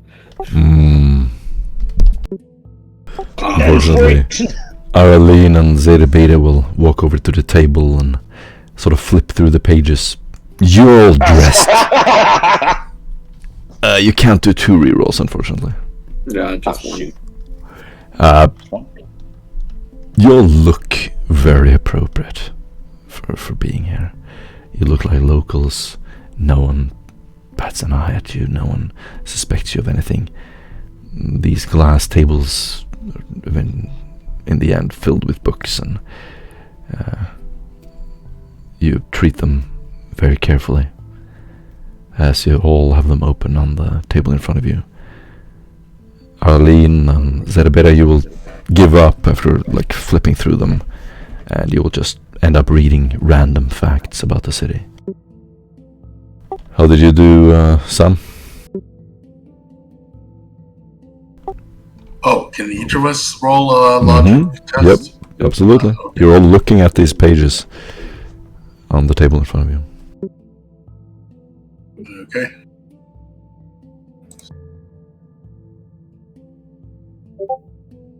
Uh, 7 degrees. Sick.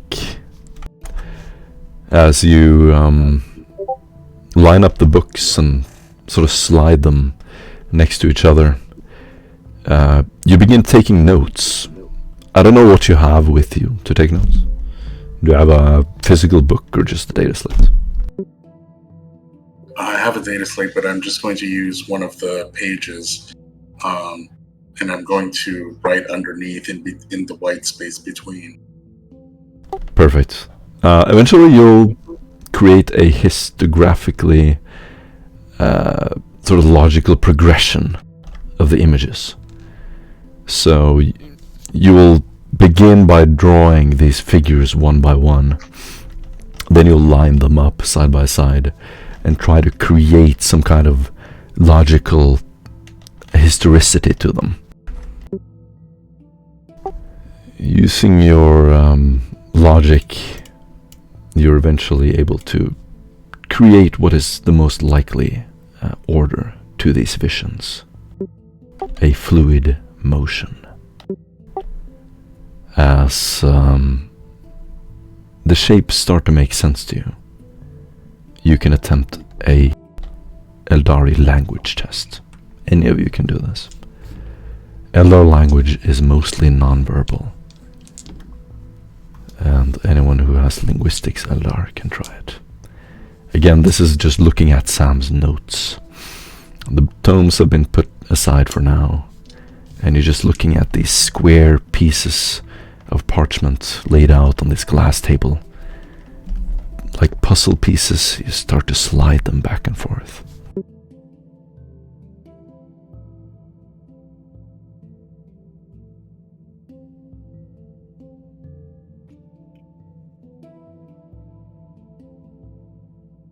Would I be able, with what Sam has found, to use Let's Effort, which allows me to roll for a knowledge I don't have, as if I knew it? It's not a knowledge, it's linguistics. Language. Ah. I don't have. Yeah, sure. Oh, Ooh, nice.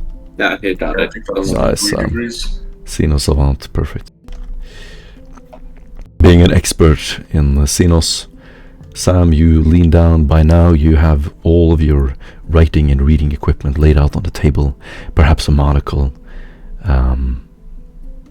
You're completely comfortable by the chair, and by now everyone has gathered around you to make it appear as though they are your students, and you are some kind of teacher showing them something.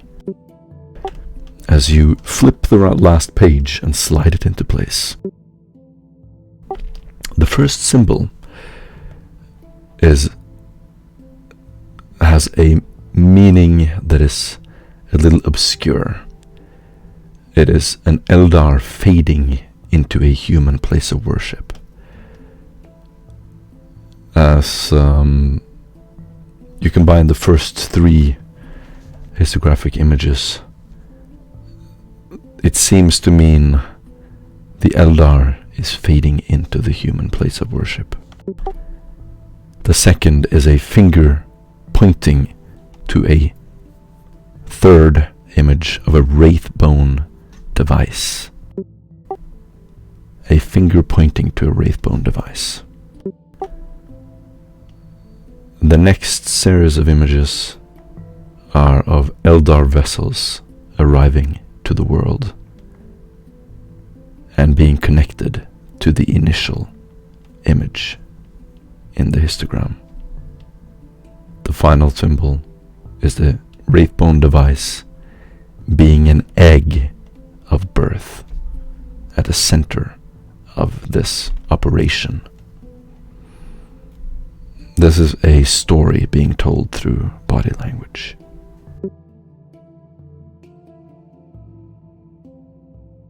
As you go through this, perhaps for an hour, you eventually land on that summary of the story.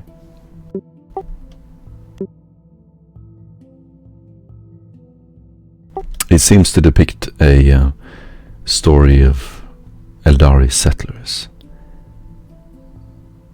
At one point, coming to the world, then reaching into the human place of worship, and a device being planted on the world, and someone coming back, like they were called back to the initial creation, reconnected with the origin.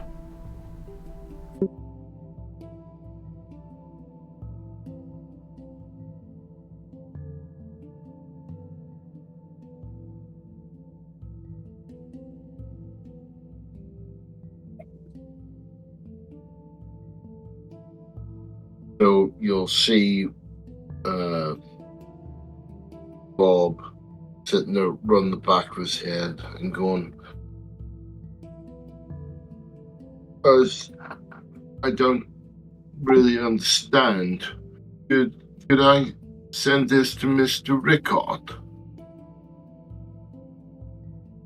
Maybe he could, tell me what it means. You're not allowed in not understanding this, Bob. Looks pretty complicated.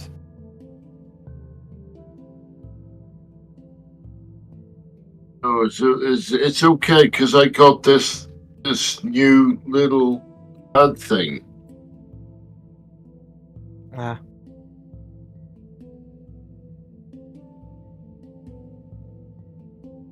You're fine. Broke the last one. Didn't mean to, but I broke it. Don't touch your bandages. They'll come off.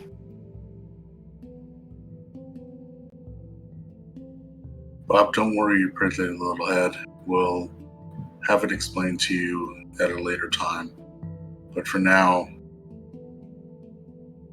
at the very least, I believe that we know what exactly we are looking for.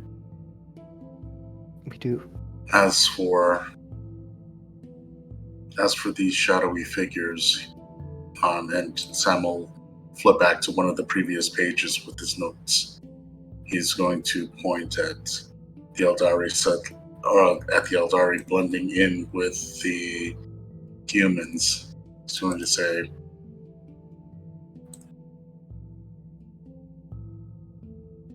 "This is conclusive proof. But as for being able to unmask exactly who in particular these beings are, which human visages they embody, we cannot yet know.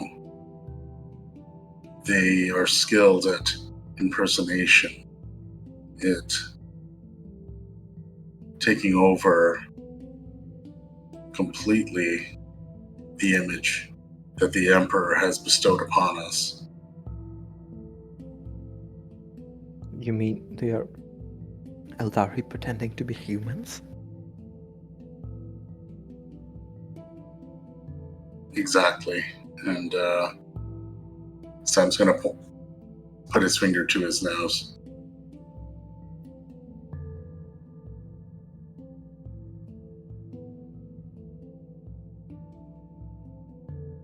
Yes. Mr. Samuel. Yes, Bob.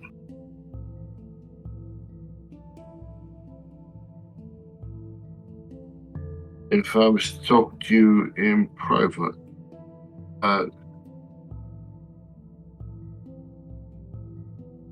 Mr. Lease and Mr. Rickard thinks that the churchman is a bit off.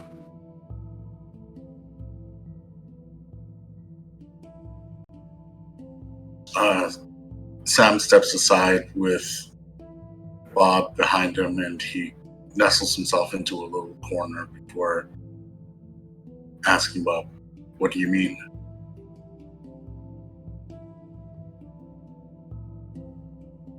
I mean, see, they don't trust them. And don't. One of their friends, and you know, look after them, and you're the in charge man, but they don't trust them. Something's wrong.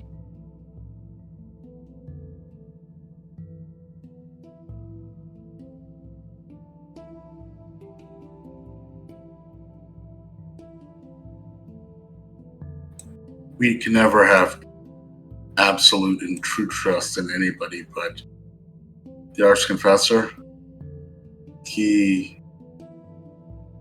although he has his doubts about us, cannot challenge him in this kind of way, not without any kind of proof.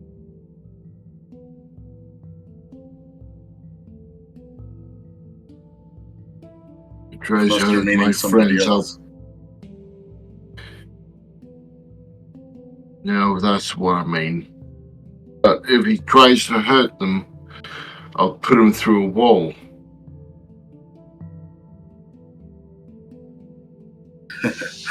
I expect you would. Very good, Bob. Thank you.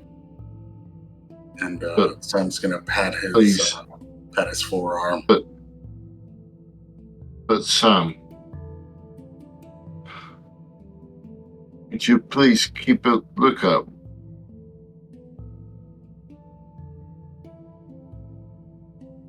Sam looks at him with a serious expression.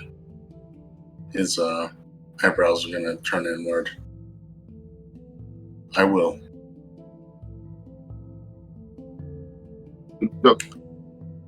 And don't blame the commissars, because they just trying to do the best, you know.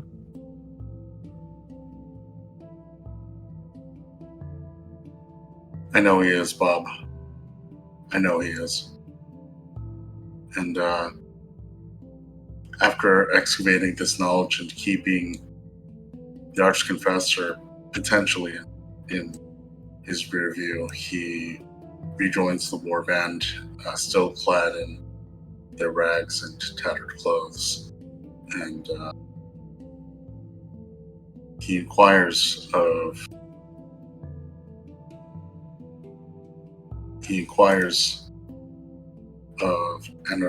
Araline.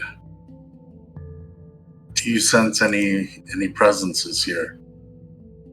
Any that may be foreign to us? That is not human. Xenos.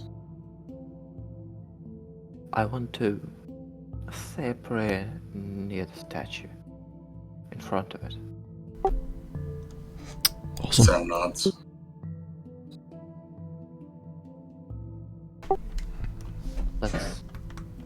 Let's go there.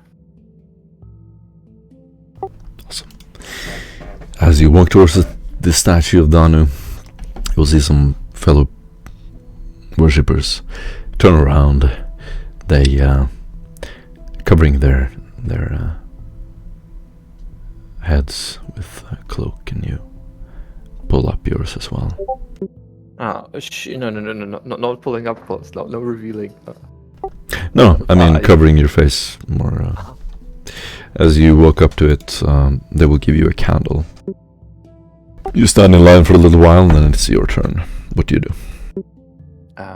Most of them just bow down. They give her a candle. Yes. Is there any place where the candles are stored or placed Nope. around here? No. Oh, very well. She's going to take the candle and she's going to bow her head and concentrate, holding the candle between her hands, and she'll try to concentrate. Awesome. You get this point, and instantly you're going to feel the pull, a psychic pull. You can do a willpower test. Willpower test. Nice.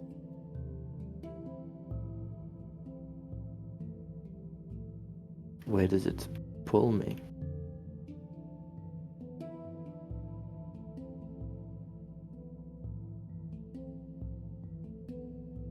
Then you can do Senishan's minus 20. It's minus 20. Ouch. Let's see if I can.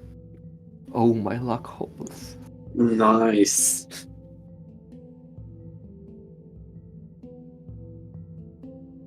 What does it look like when you pray? She's bowing her head low, the candle held between her palms, as she's seemingly oblivious to her surroundings, held low and covered in the hood, entirely, her lips silently moving.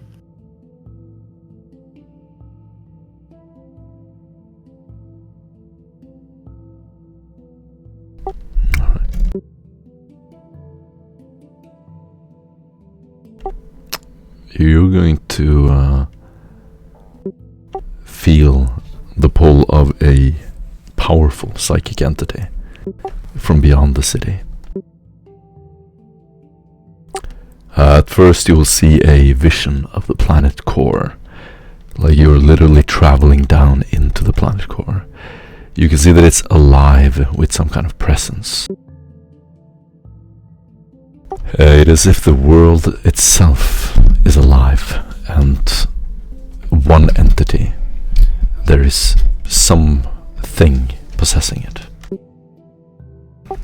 Then a very primitive force reaches out to you blindly.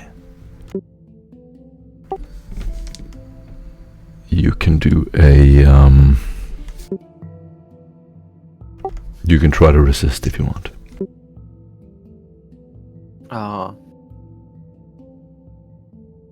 No, she will not resist. She wants to get as much information as possible. You will see a figure in front of you standing between two pillars. Your view is from down on what looks like a stone slab. You look up and you see a glittering sunlight behind the figure. It looks like a divine being. Huge metallic helmet and shining attire. It looks absolutely divine. You can do a Forbidden Lore Eldari test. No, don't have such. Only warp.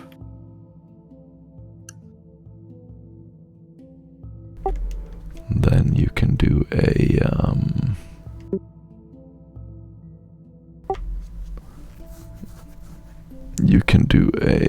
Scholastic Lore She doesn't have Legend. Scholastic Lore Legend. Nope. Nothing. You don't have it? No. Okay. You don't comprehend what you're looking at. As you see the figure, it immediately notices that something is wrong. You can hear it communicating with you, or feel it. It's almost like, oh shit, this is someone powerful. What is your immediate reaction? Politely retreat. Retreat? Yes. I'm gonna give you an opportunity with a senescence minus 30. Senescence minus 30. Okay. To get one glimpse of insight.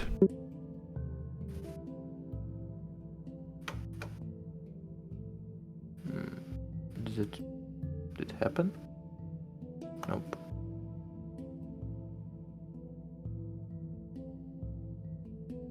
I'm going to reroll that. You may think of using a faith point for a +10. Or you don't need it. God damn nice. Sick. As you resist the pullback, you make one final assault. With your mind, you attack and pierce through it. You can see it literally. This is a physical figure and someone who's alive on this world right now. You see them turning around in pain, taking the helmet off and throwing it away. For a brief moment, you see the Eldar Autarch itself, Aldryad. He's the leader of the Eldari invasion on the planet. You read his mind and pierce into it. You see that he wants peace, and he is urging his Eldari to spare the remaining humans. You reach him and you see that he is desperate. Having just lost a huge battle, he has retreated to his very important symbol of power on this planet, and he is entrenched there with his men. You can see, or his soldiers, and you can see he's really struggling and desperate. Right now he's reaching out to his web of psychically connected servants. You happen to meet him on pure chance. He wishes to meet with the leaders of the humans, and he is hoping that one of them will reach out to him. As you see him stand there on this temple, you will see him look up to the sky in terror as someone is firing either a warship or artillery at him, and they are at war. That's the last glimpse you get before you stand up, grab the candle, look behind you, and the person is kind of nodding like, yeah, what's wrong? It's my turn. And then you walk away. She mutters an apology and shuffles away. Was she able to say like the incoming fire, the thing that was firing? No. Was it? Just a huge ray on the sky next to him, across the sky. Oh, so it was artificial or biological? So no, someone was shooting at him. But it's laser, so it's not like any plasma or spores. It looks like a human weapon. Oh, cool.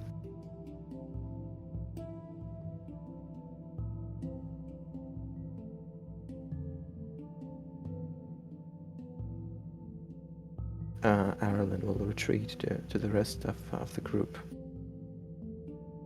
And she'll say that this... and when she was pulled initially, did she get any sense of location? Absolutely. In fact, you know exactly where the location was. It was here.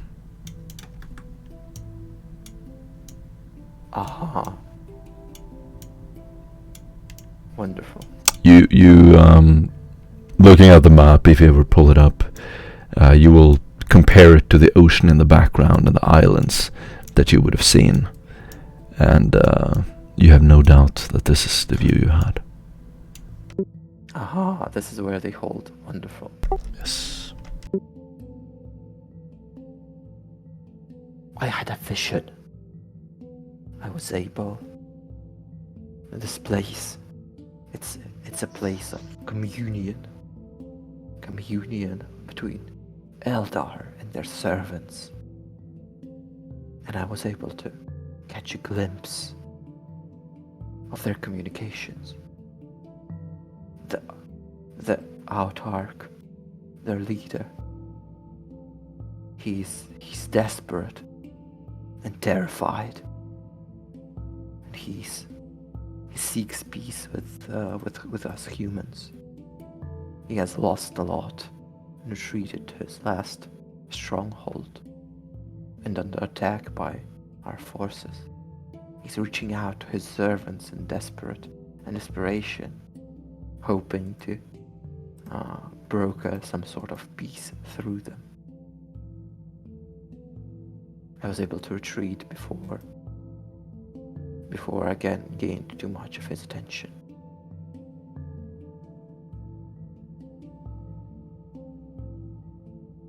Now that he's on the losing side, he wants peace. Hilarious. Of course he would. He has the reason to now. What could the reason be that we stop and help him? It seems that Besides, it is logical for us to stop fighting the Eldar. With the Tyranids here, we are all food for them. Logical? Yes. Doable? Very hard. Not because of lack of aptitude of negotiating such terms, is because of a previous attempt blowing up in this warband's face. the men in that city. Death Trap, I'm not gonna lie, but still, lost a lot of men in the last attempt. Half, I don't to be think anyone precise. Half of the lent forces to this warband have been destroyed by the Eldari in an attempt to seek peace, to One be city. precise. Where corruption remains, men will fall. Regardless, so at least we know something about Dari. Whether we seek peace with them or not, we'll have to figure out. But we also know that this place is a place of communication between them. There is Eldari influence here. And it's still happening, it's not just in the past.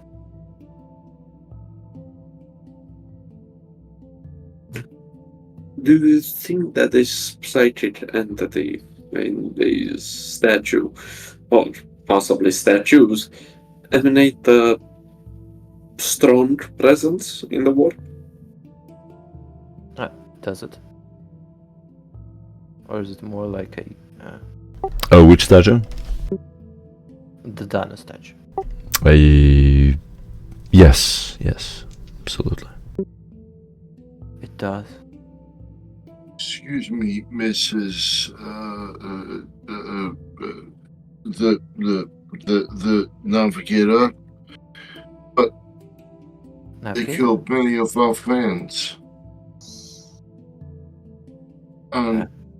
Why don't we? Sorry, I don't quite. But It's fine. either which way, they killed many of our friends. So why shouldn't we kill many of theirs?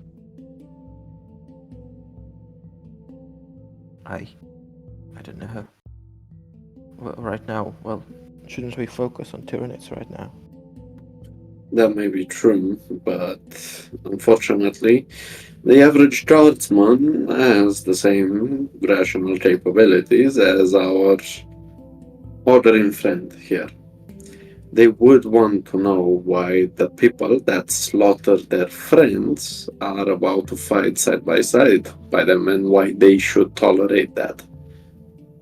If you would be able to convince them, then sure, but it's not gonna be an easy fight, and not everyone will agree.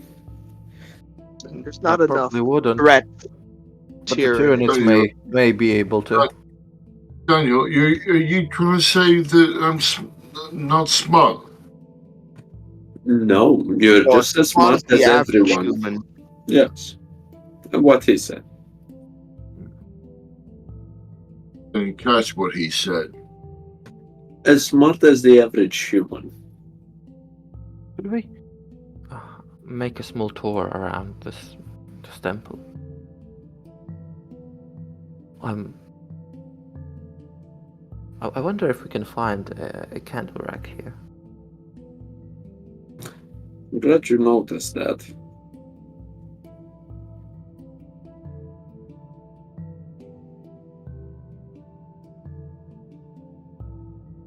Who knows what that is? Nothing. Please, Okay. continue what you are doing.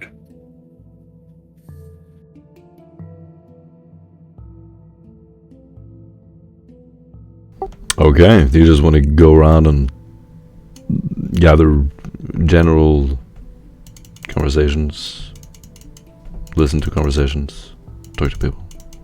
Yeah, I guess Those so. sort of That's things. what we're doing here. Arlen has a candle in her hands. She's looking specifically for a candle rack. Nice. Yeah, you'll all walk around and small chat, listen to people.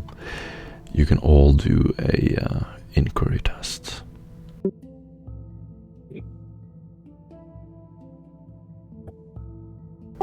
Degrees of success determine how it goes. Oh. Let's see. So, I apologize, guys. Rick, you'll walk around and talk to some of the local citizens there. They'll tell you that there's a bunch of worship of this god. Most don't understand what they're praying to. But the priests of Danu use the cursed, as they call them, as mediums. And they claim that some of the most powerful priests are actually entities from beyond that are disguised. They're trying to hide something.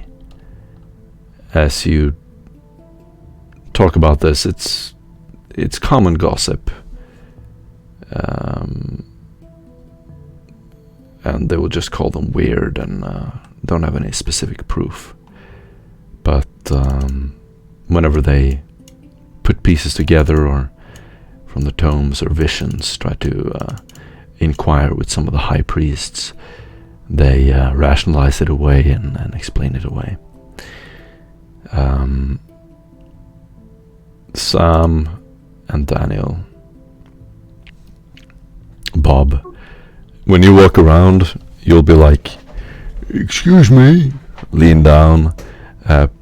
People like visibly just shun you. They literally like you're like a magnet, and they are the opposite charge. There's like an aura around you where people just like shy away. Whenever you speak, they just walk away, and eventually you just walk around like a lonely child on the playground that no one wants to play with. How does Bob react to this?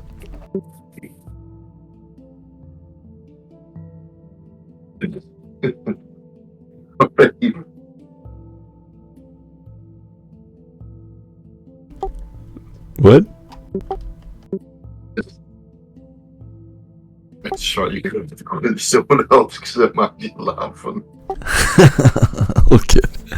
Yeah, you're all walking around like hunchback, all sad, leaning up against the wall. Someone passes you, you just go up and go, "Excuse me," and they just walk away. Like they start jogging if you start walking after them, skipping down the stairs to get away.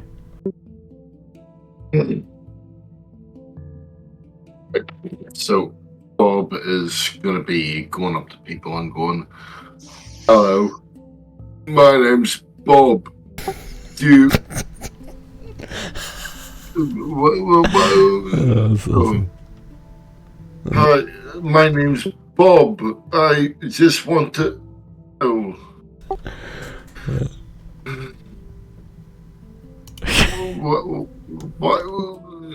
Why doesn't anyone want to speak to me? You're like walking around in a circle in the end, in the middle of the room. Eventually the priest will walk over and like rub your back and put you back with your group. It's going to be alright. Here, sit down. Do you like fruit? What's fruit? He will hand you a little piece of dried fruit, and you sit there and sort of nibble with your giant hands on this tiny little piece of dried fruit. And that's the rest of Bob's scene. Now, Daniel and Sam, you'll be approaching the priests, talking to them, using your insight as portraying yourselves as scholars, having reached these deep conclusions and theories. What do you posit as a theory to introduce the topic, or whatever topic you want, to those who might know more than you? What do you present or talk about? What topic do you bring up?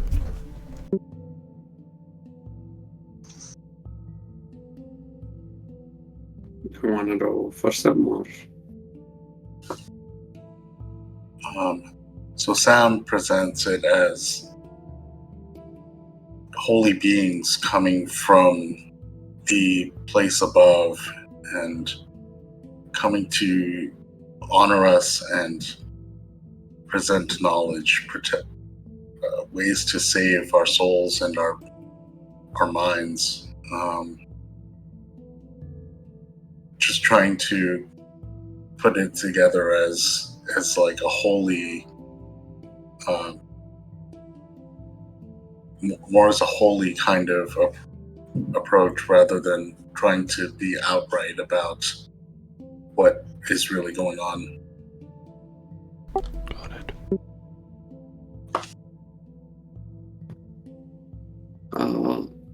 Daniel would portray it as the mystical attraction of this place, as it seems to bring those pure of heart towards it. Yet with every blessing so comes trials, asking whether this is the only place of worship where such effigies to Danu reside, or if there are in some other places, whether the city is safe because of Danu, or other areas could be safe. Yeah, no, there are no other places to worship Danu anymore. This place has been left alone, and mostly because it is very difficult to raise with how many people pray here, and being dismissed as superstition. It hasn't posed any threat to anyone. The theory that you pose of them coming from above and saving everyone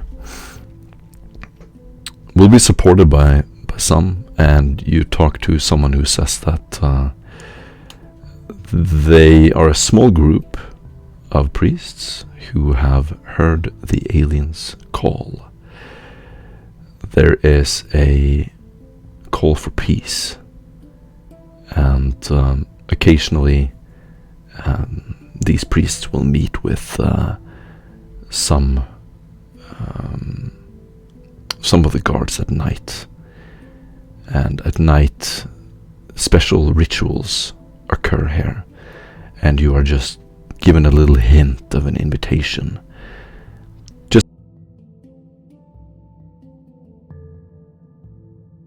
light might be particularly effective.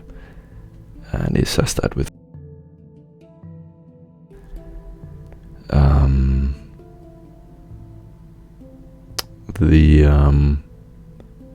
a crowd will sort of hint that some of the high priests are not what they seem. There are various rumors.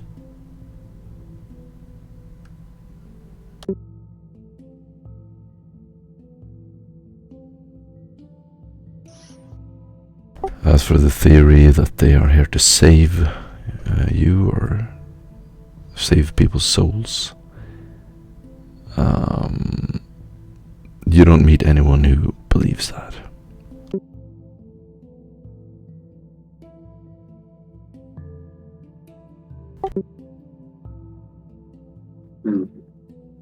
Oh yeah, there's also one rumor of a group that tried to make pamphlets and spread them around the city a long time ago. They were rounded up by the guard and executed. Apparently for spreading some kind of propaganda. What kind of propaganda was it? People would actually do an inquiry test at -20. No. Scrutiny.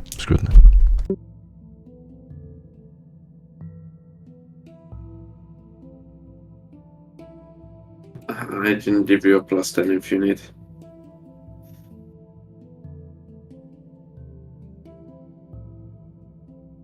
Yeah, I'll take it. Second here. Success with 4. Sick. So I have a lot of notes up, and what was the question? Oh, you just suddenly said the roll scrutiny -20. What was the nature of the propaganda? What would have caused them to execute it? Yeah. Got it.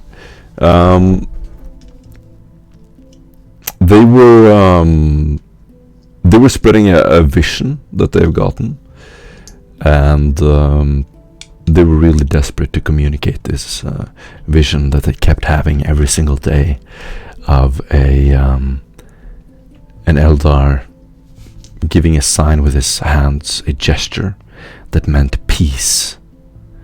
And they would write pamphlets with the letters peace and the hand gesture that the Eldar made in their vision, and they would spread it around the city.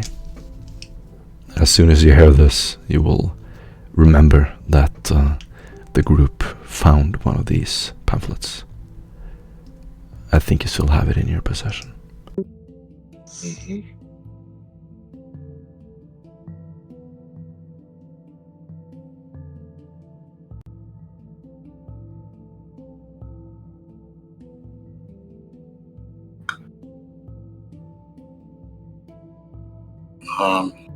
Then Sam whispers to the rest of the group. It appears that, or as Sam gathers the rest of the group, he'll whisper to them that there are nightly rituals, it seems, that these Danuites participate in, and there may be a chance that some of their high priests may take place in some sort of ritual as well. It may be that we may be able to communicate with one of them, presumably one of the Eldari, maybe. One of the Eldari may be in one of their guises. We should investigate this further. Indeed. Essentially, the rituals are bad. Well, it's too early to discern their nature. They may be something to empower their form of communication, or mayhaps something to attract the wretched birds in our direction. It would not be the first time Maybe the I should Eldari have just manipulated them. Or maybe I should just go in and smash them. The bugs? The Tyranids? You're saying they could be manipulated? Well, it's not quite hard. You flash a stab light in the dark, you make quite impression. Everyone will be looking towards the stab light. Was it not the report you wrote saying that when you fought against them, you felt as if the more psychically sensitive were particularly called out They by were. the Tyranids? I was not aware there was a way to deliberately draw more attention. Well, it would be the only thing I would guess, besides House Emeduseli, which was engaged much closer to the Tyranid horde than us, was decided to be stood aside. Now, there are accusations amongst the citizens that there are Xenos informants in the group. And we are aware that there is a psychic effect in this place of profane worship. This house, are they an ally of the Eldari?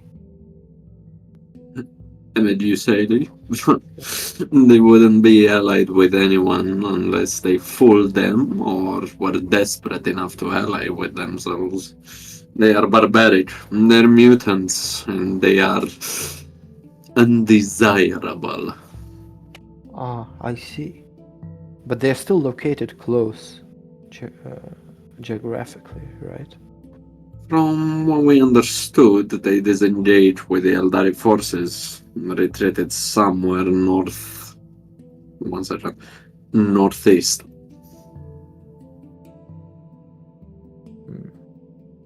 Could it be that the Eldari are drawing the Tyranids deliberately here to make sure that the large hosts stay away from their location?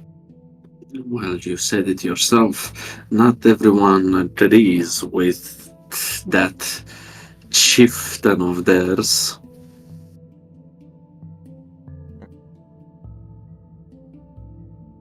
Perhaps this is something we should look into. And you'll have seen that, what I called, Bob has marched off in a different direction and was talking into his wrist.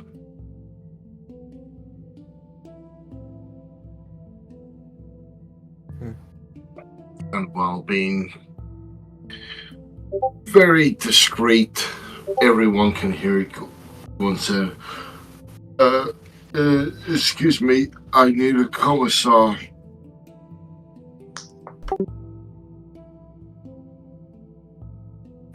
Bob, come here. Not everyone not everyone with a tall hat is a commissar. And the cat has to be different. It has a different shape. That wasn't a commissar. Just come here. No, that wasn't a commissar, but I want a commissar here, because the commissar will make sure that everything's done right. Silence.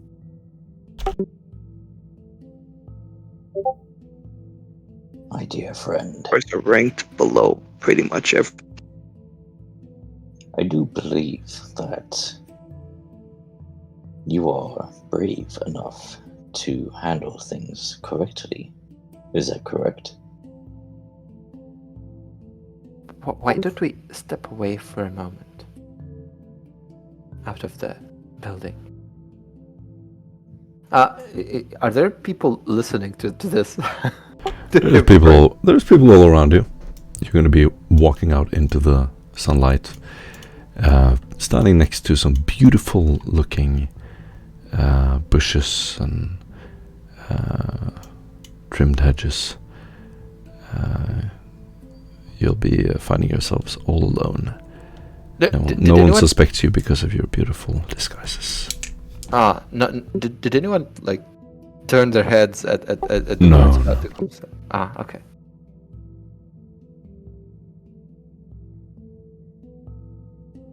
Listen here, Bob. You can do a lot. You can potentially become a commissar yourself. And Who knows? This at least says I could become a commissar in about like 3 years. Indeed. You step out and enjoy the sunlight and warmth. Again, your eyes need adjusting to the light. You'll see people carrying goods and shouting, running through the streets around you. And as you stand there outside the temple, we can end the session before you do anything that might require a lot of time. Yes, I'm going to toss a bunch of grenades into the temple. Let's do this. Something like that, or something at Then night. Or, suddenly, what do you call but missile everybody gets 400 XP. No, 300 XP. No, And I'll see you next week. How much XP? Feel free to roleplay. 350 XP. Oh, nice. What? I thought you said 400. fine. A question: Will there be another time skip next?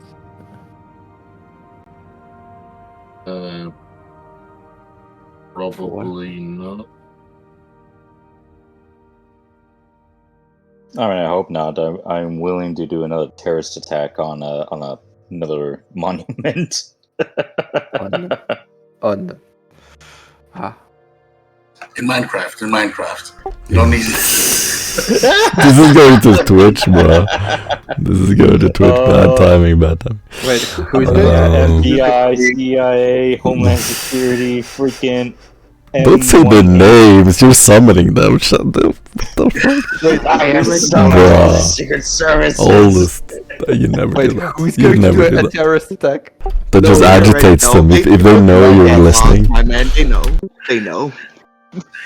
Well, Morton, I have to say, what it called, it was, a good being well lasted. It was good.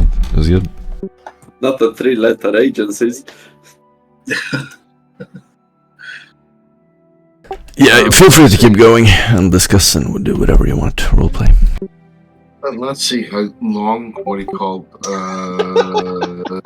Joe actually has in prison. I should actually be going. Well, like very soon.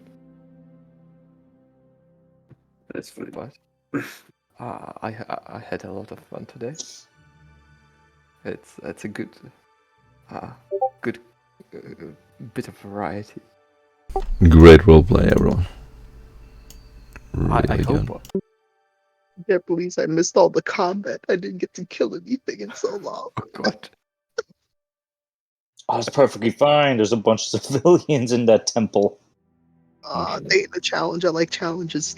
You're probably gonna have combat next week. Probably, most likely. The challenge is not getting caught. I mean, honestly, if we don't raid this ritual eventually, I'm not saying we should raid it, I'm just saying we should have a standby team just in case. And I know a certain Atrolite, Sister of Battle, that needs itching to use her flamer. Should we first investigate what these rituals are before we go to the killing part? Ritual is a ritual, which means you gotta kill him. No. You first need to find out what it does. And then you kill No, it. that just sounds like a Then pattern. murder. Oh wow, let me look at this book. Oh God, it's a forbidden knowledge. Now I'm cursed. It's okay, we're Inquisition, we're allowed that. Yeah, I have we're pretty no much cursed knowledge. already.